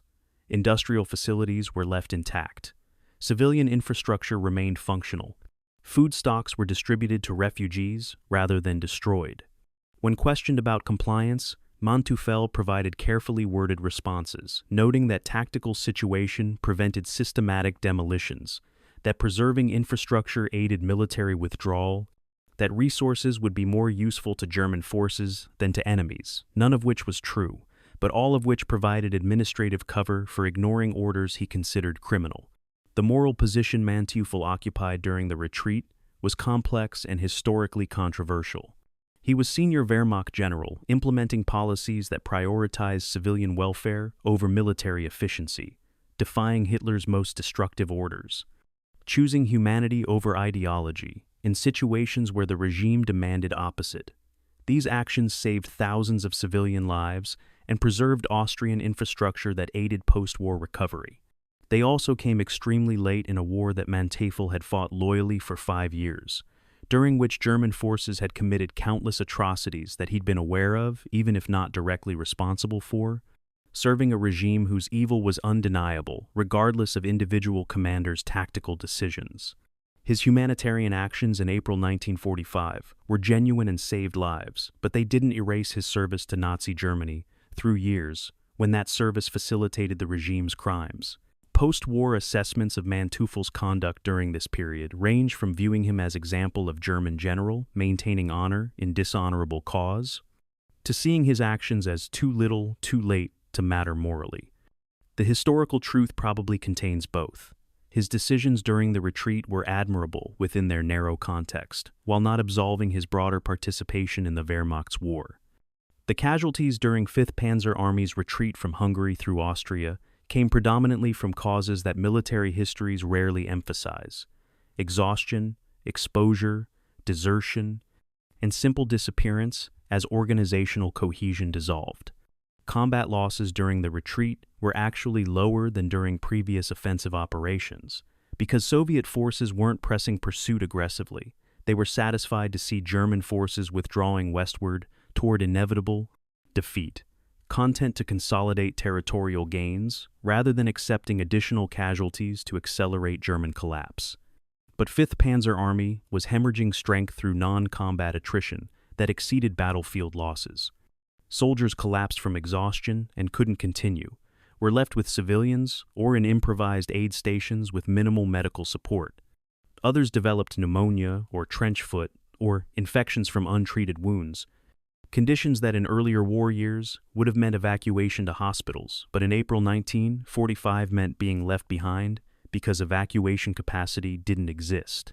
Desertion increased substantially as soldiers calculated that remaining with units meant probable death while slipping away might allow reaching home regions before final collapse.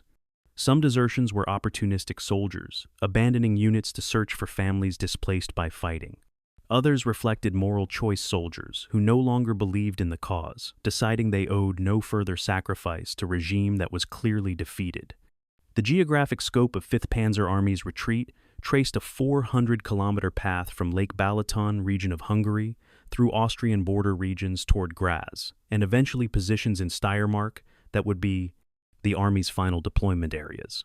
The retreat consumed 5 weeks from late March through early May, averaging approximately 12 kilometers per day, a pace that reflected the fighting withdrawals, the refugee column's slowing movement, and the simple exhaustion that made rapid movement impossible for soldiers who'd been in continuous combat or retreat for months.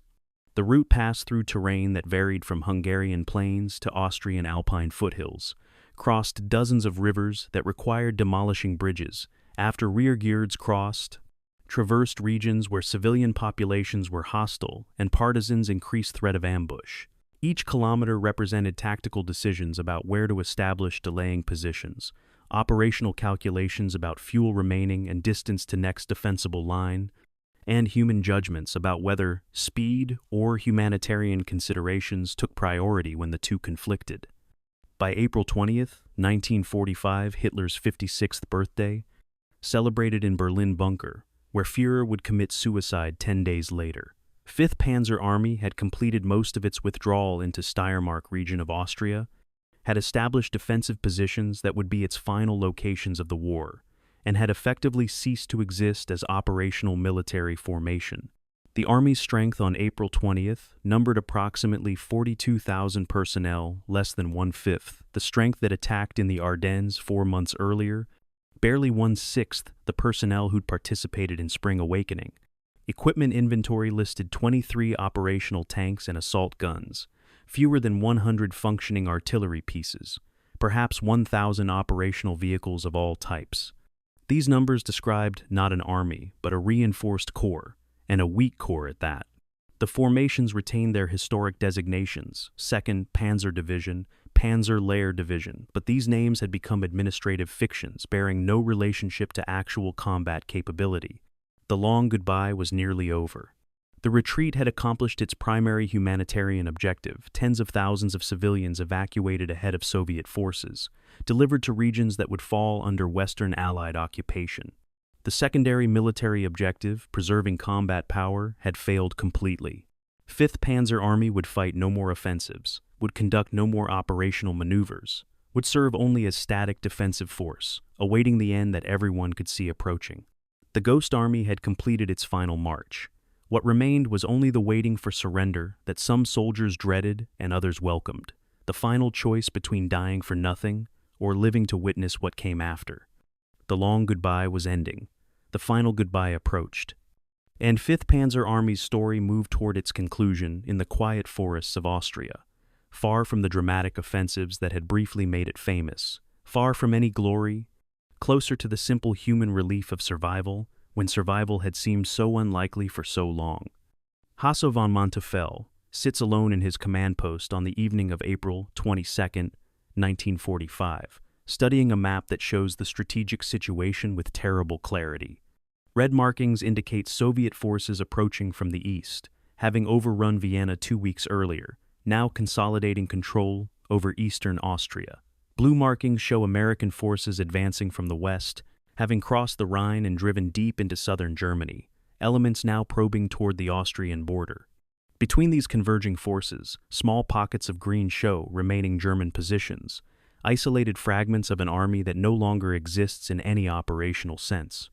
Manteuffels' finger traces the distance from his current headquarters near Graz to the American lines approximately 100 kilometers west, a distance his remaining vehicles could cover in 2 days if unopposed. If fuel existed in sufficient quantity, if the decision were made to seek surrender to Western allies rather than fighting to destruction or accepting Soviet captivity, the legal situation is clear. Hitler still lives in Berlin bunker, still commands Wehrmacht as supreme commander, still orders continued resistance to last man and last bullet. Surrendering without authorization constitutes treason, punishable by immediate execution. But Manteuffel has reached the decision that professional military judgment demands and that Nazi ideology forbids. He will seek terms for capitulation, will preserve his soldiers' lives even if doing so costs his own, will choose humanity over loyalty to regime that has forfeited any claim to such loyalty.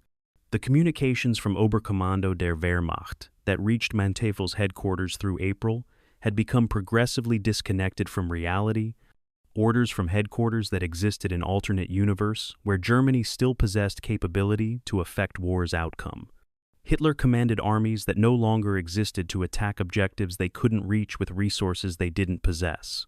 Staff officers transmitted detailed operational plans for counteroffensives that required divisions at full strength when actual formations had been reduced to battalion-sized battle groups. The orders came with threats. Commanders who failed to execute attacks would be relieved and court-martialed. Units that withdrew without authorization would be declared traitor formations subject to decimation. Generals who suggested retreat would be arrested for defeatism. The gap between these orders and battlefield reality had become absurd. Headquarters demanded attacks when units lacked fuel to move, ordered holding positions when positions had already been overrun, threatened executions for failures that were inevitable given available forces and enemy strength. Manteuffel had filed acknowledgement of orders while implementing tactical decisions based on actual situation rather than Berlin's fantasies. But by late April, even this administrative fiction became impossible to maintain. The last direct communication from Hitler's headquarters arrived on April 24th, transmitted through military radio network that was itself fragmenting as communication centers were overrun or abandoned. The message ordered all forces to defend every meter of German soil to the last man, to treat withdrawal as treason, to execute any commander who suggested capitulation.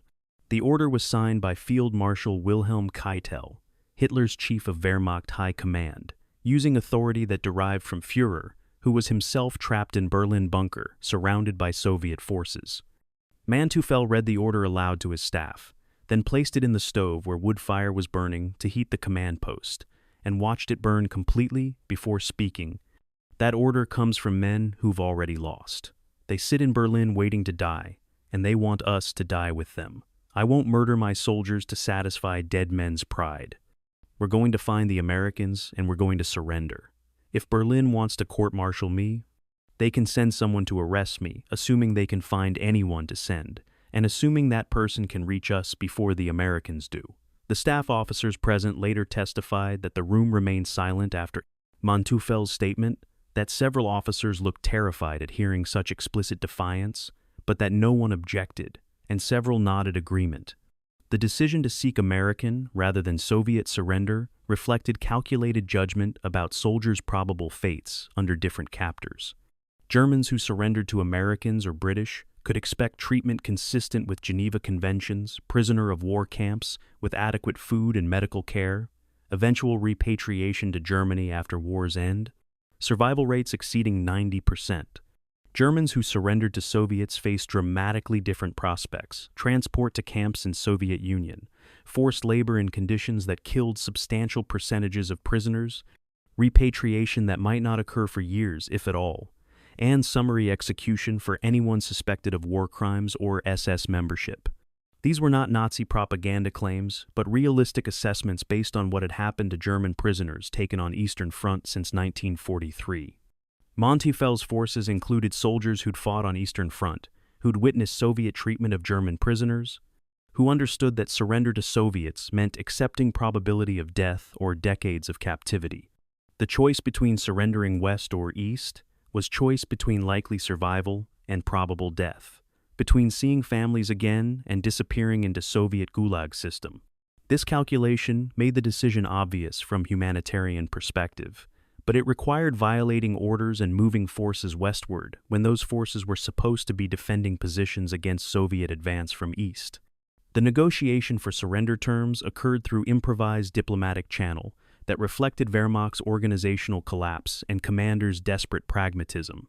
Manteuffel sent staff officers westward under white flags to make contact with American advance elements, carrying messages proposing capitulation of Fifth Panzer Army in exchange for treatment as prisoners of war under Geneva Conventions, and guarantees that surrendering forces would be held by Americans rather than transferred to Soviet custody. The American response came through Third Army channels. Patton's forces would accept surrender if it occurred unconditionally. If German forces marched into designated assembly areas where they would be disarmed, if officers surrendered their weapons and equipment intact, the Americans wouldn't negotiate political terms or guarantee post-war treatment beyond standard POW protections, wouldn't promise that prisoners would never be transferred to Soviet custody, but indicated that forces surrendering to Americans would be treated as military prisoners rather than war criminals absent specific evidence of individual crimes. These terms were acceptable. Manteuffel authorized staff to finalize surrender arrangements for approximately May 7th, timing calculated to occur after Hitler's expected death by late April. Reports from Berlin indicated the Führer wouldn't survive the Soviet assault on the capital, and surrender after his death would be less clearly treasonous than surrender while he still commanded. The news of Hitler's suicide on April 30th, 1945, reached 5th Panzer Army headquarters through Allied radio broadcasts before official German channels confirmed it. The reaction among officers and soldiers was complex relief, mixed with uncertainty about what Hitler's death meant for their surrender plans. Admiral Karl Dönitz, Hitler's designated successor, assumed nominal command of what remained of German government and armed forces, and Dönitz initially ordered continued resistance in hope of securing better surrender terms from Western allies. This created new legal complications. Dönitz commanded what remained of German state. Disobeying his orders constituted treason just as disobeying Hitler's had, but Dönitz's government would last only until allies chose to recognize it, or until military collapse made continued orders irrelevant. Manteuffel concluded that Dönitz's government was temporary fiction that would end within days, that continued fighting served no purpose except adding names to casualty lists, that the moral and practical case for immediate surrender overrode whatever legal technicalities might apply. He continued negotiations with American forces while filing reports to Dönitz's headquarters that described consolidating defensive positions and preparing for continued operations administrative lies that bought time for arranging surrender without triggering the arrest and execution that premature revelation might have prompted. The staff opposition Manteuffel faced came not from subordinates who wanted to continue fighting, but from officers who feared personal consequences of surrender without authorization. Several staff officers argued that Manteuffel should wait for explicit surrender orders from Dönitz's government, that capitulating without authorization would be treated as treason even if the war was effectively over, that history would judge them as cowards who broke their oaths rather than heroes who saved their men. These arguments reflected concerns that weren't entirely unreasonable. Nazi regime had executed numerous officers for lesser infractions than unauthorized surrender of entire army, and even in late April, fanatical SS units were still shooting Germans accused of defeatism. But Manteuffel responded with argument that combined professional military judgment and moral clarity. My oath was to Germany, not to Hitler and not to the Nazi Party. Germany needs these soldiers to survive what's coming after defeat. Germany doesn't need more corpses to bury. If history judges me a coward for prioritizing my soldiers' lives over my personal honor, I accept that judgment. If I'm arrested and shot for treason, at least I'll die knowing I saved men who can help rebuild what we've destroyed. That's sufficient. The date chosen for surrender, May 7th, 1945, had symbolic and practical significance. May 7th was the day before Germany's formal capitulation to Allies would be signed in Reims, France, marking the war's official end in Europe. Surrendering on May 7th meant capitulating at the latest moment, consistent with saving soldiers from additional casualties, meant waiting until surrender clearly represented military necessity rather than premature defeatism, meant timing capitulation to coincide with broader German collapse that would make Manteuffel's decision one instance of general phenomenon rather than isolated treason. The practical arrangements required coordinating movement of 42,000 German soldiers from dispersed defensive positions into assembly areas near Steyr, Austria, where American forces would accept surrender. This movement had to occur without appearing to be retreat, which would trigger Soviet attacks from east, while actually constituting retreat toward American lines. Units moved incrementally, battalion by battalion, under cover stories about repositioning for defense, actually marching west towards surrender, while maintaining appearance of continued resistance. The final hours before surrender were characterized by mixture of relief and anticlimax that soldiers later struggled to describe. Men who'd fought for years, who'd survived campaigns that killed most of their original comrades, who'd expected to die in some dramatic last stand, instead found themselves walking peacefully toward American lines carrying white flags. No battle marked the transition from war to captivity, just bureaucratic processing by American officers who checked soldiers' identification, collected weapons, directed prisoners toward holding areas that had been established in fields and warehouses. Some German soldiers wept from relief at surviving, others remained stoic. Still others seemed numbed by exhaustion and unable to process what was happening. The Americans were professional but not celebratory. They'd been fighting Germans for months or years, had lost friends to German fire, but recognized that the men surrendering were themselves victims of regime that had sent them to die for criminal objectives.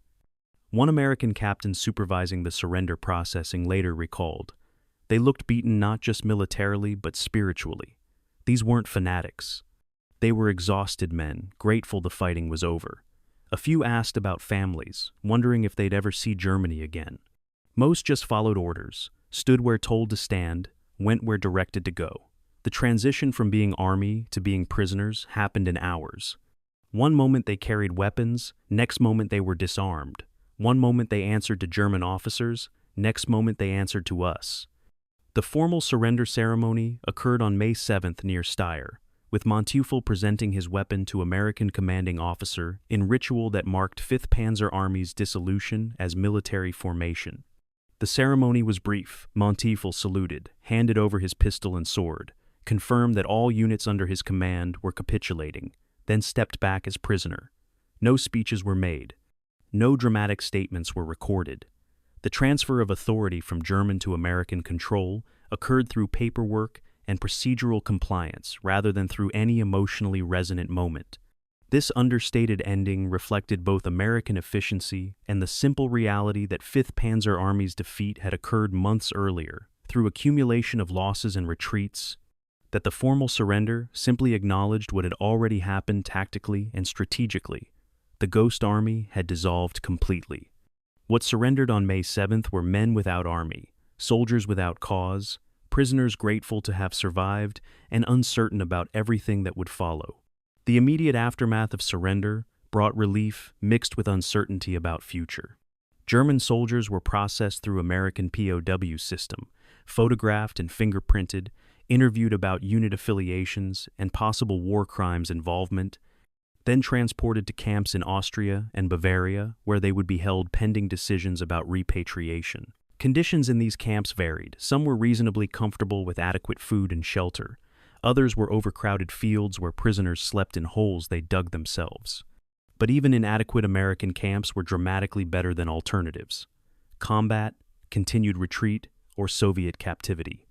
Soldiers who'd faced death daily for months or years now confront a different challenge, enduring boredom of captivity, processing trauma of experiences they'd survived, wondering what remained of the Germany they'd fought for and whether families they'd left had survived war's devastation. The surrender had saved their lives. What those lives would mean in defeated Germany remained unknown. The general had made his choice. His soldiers had survived.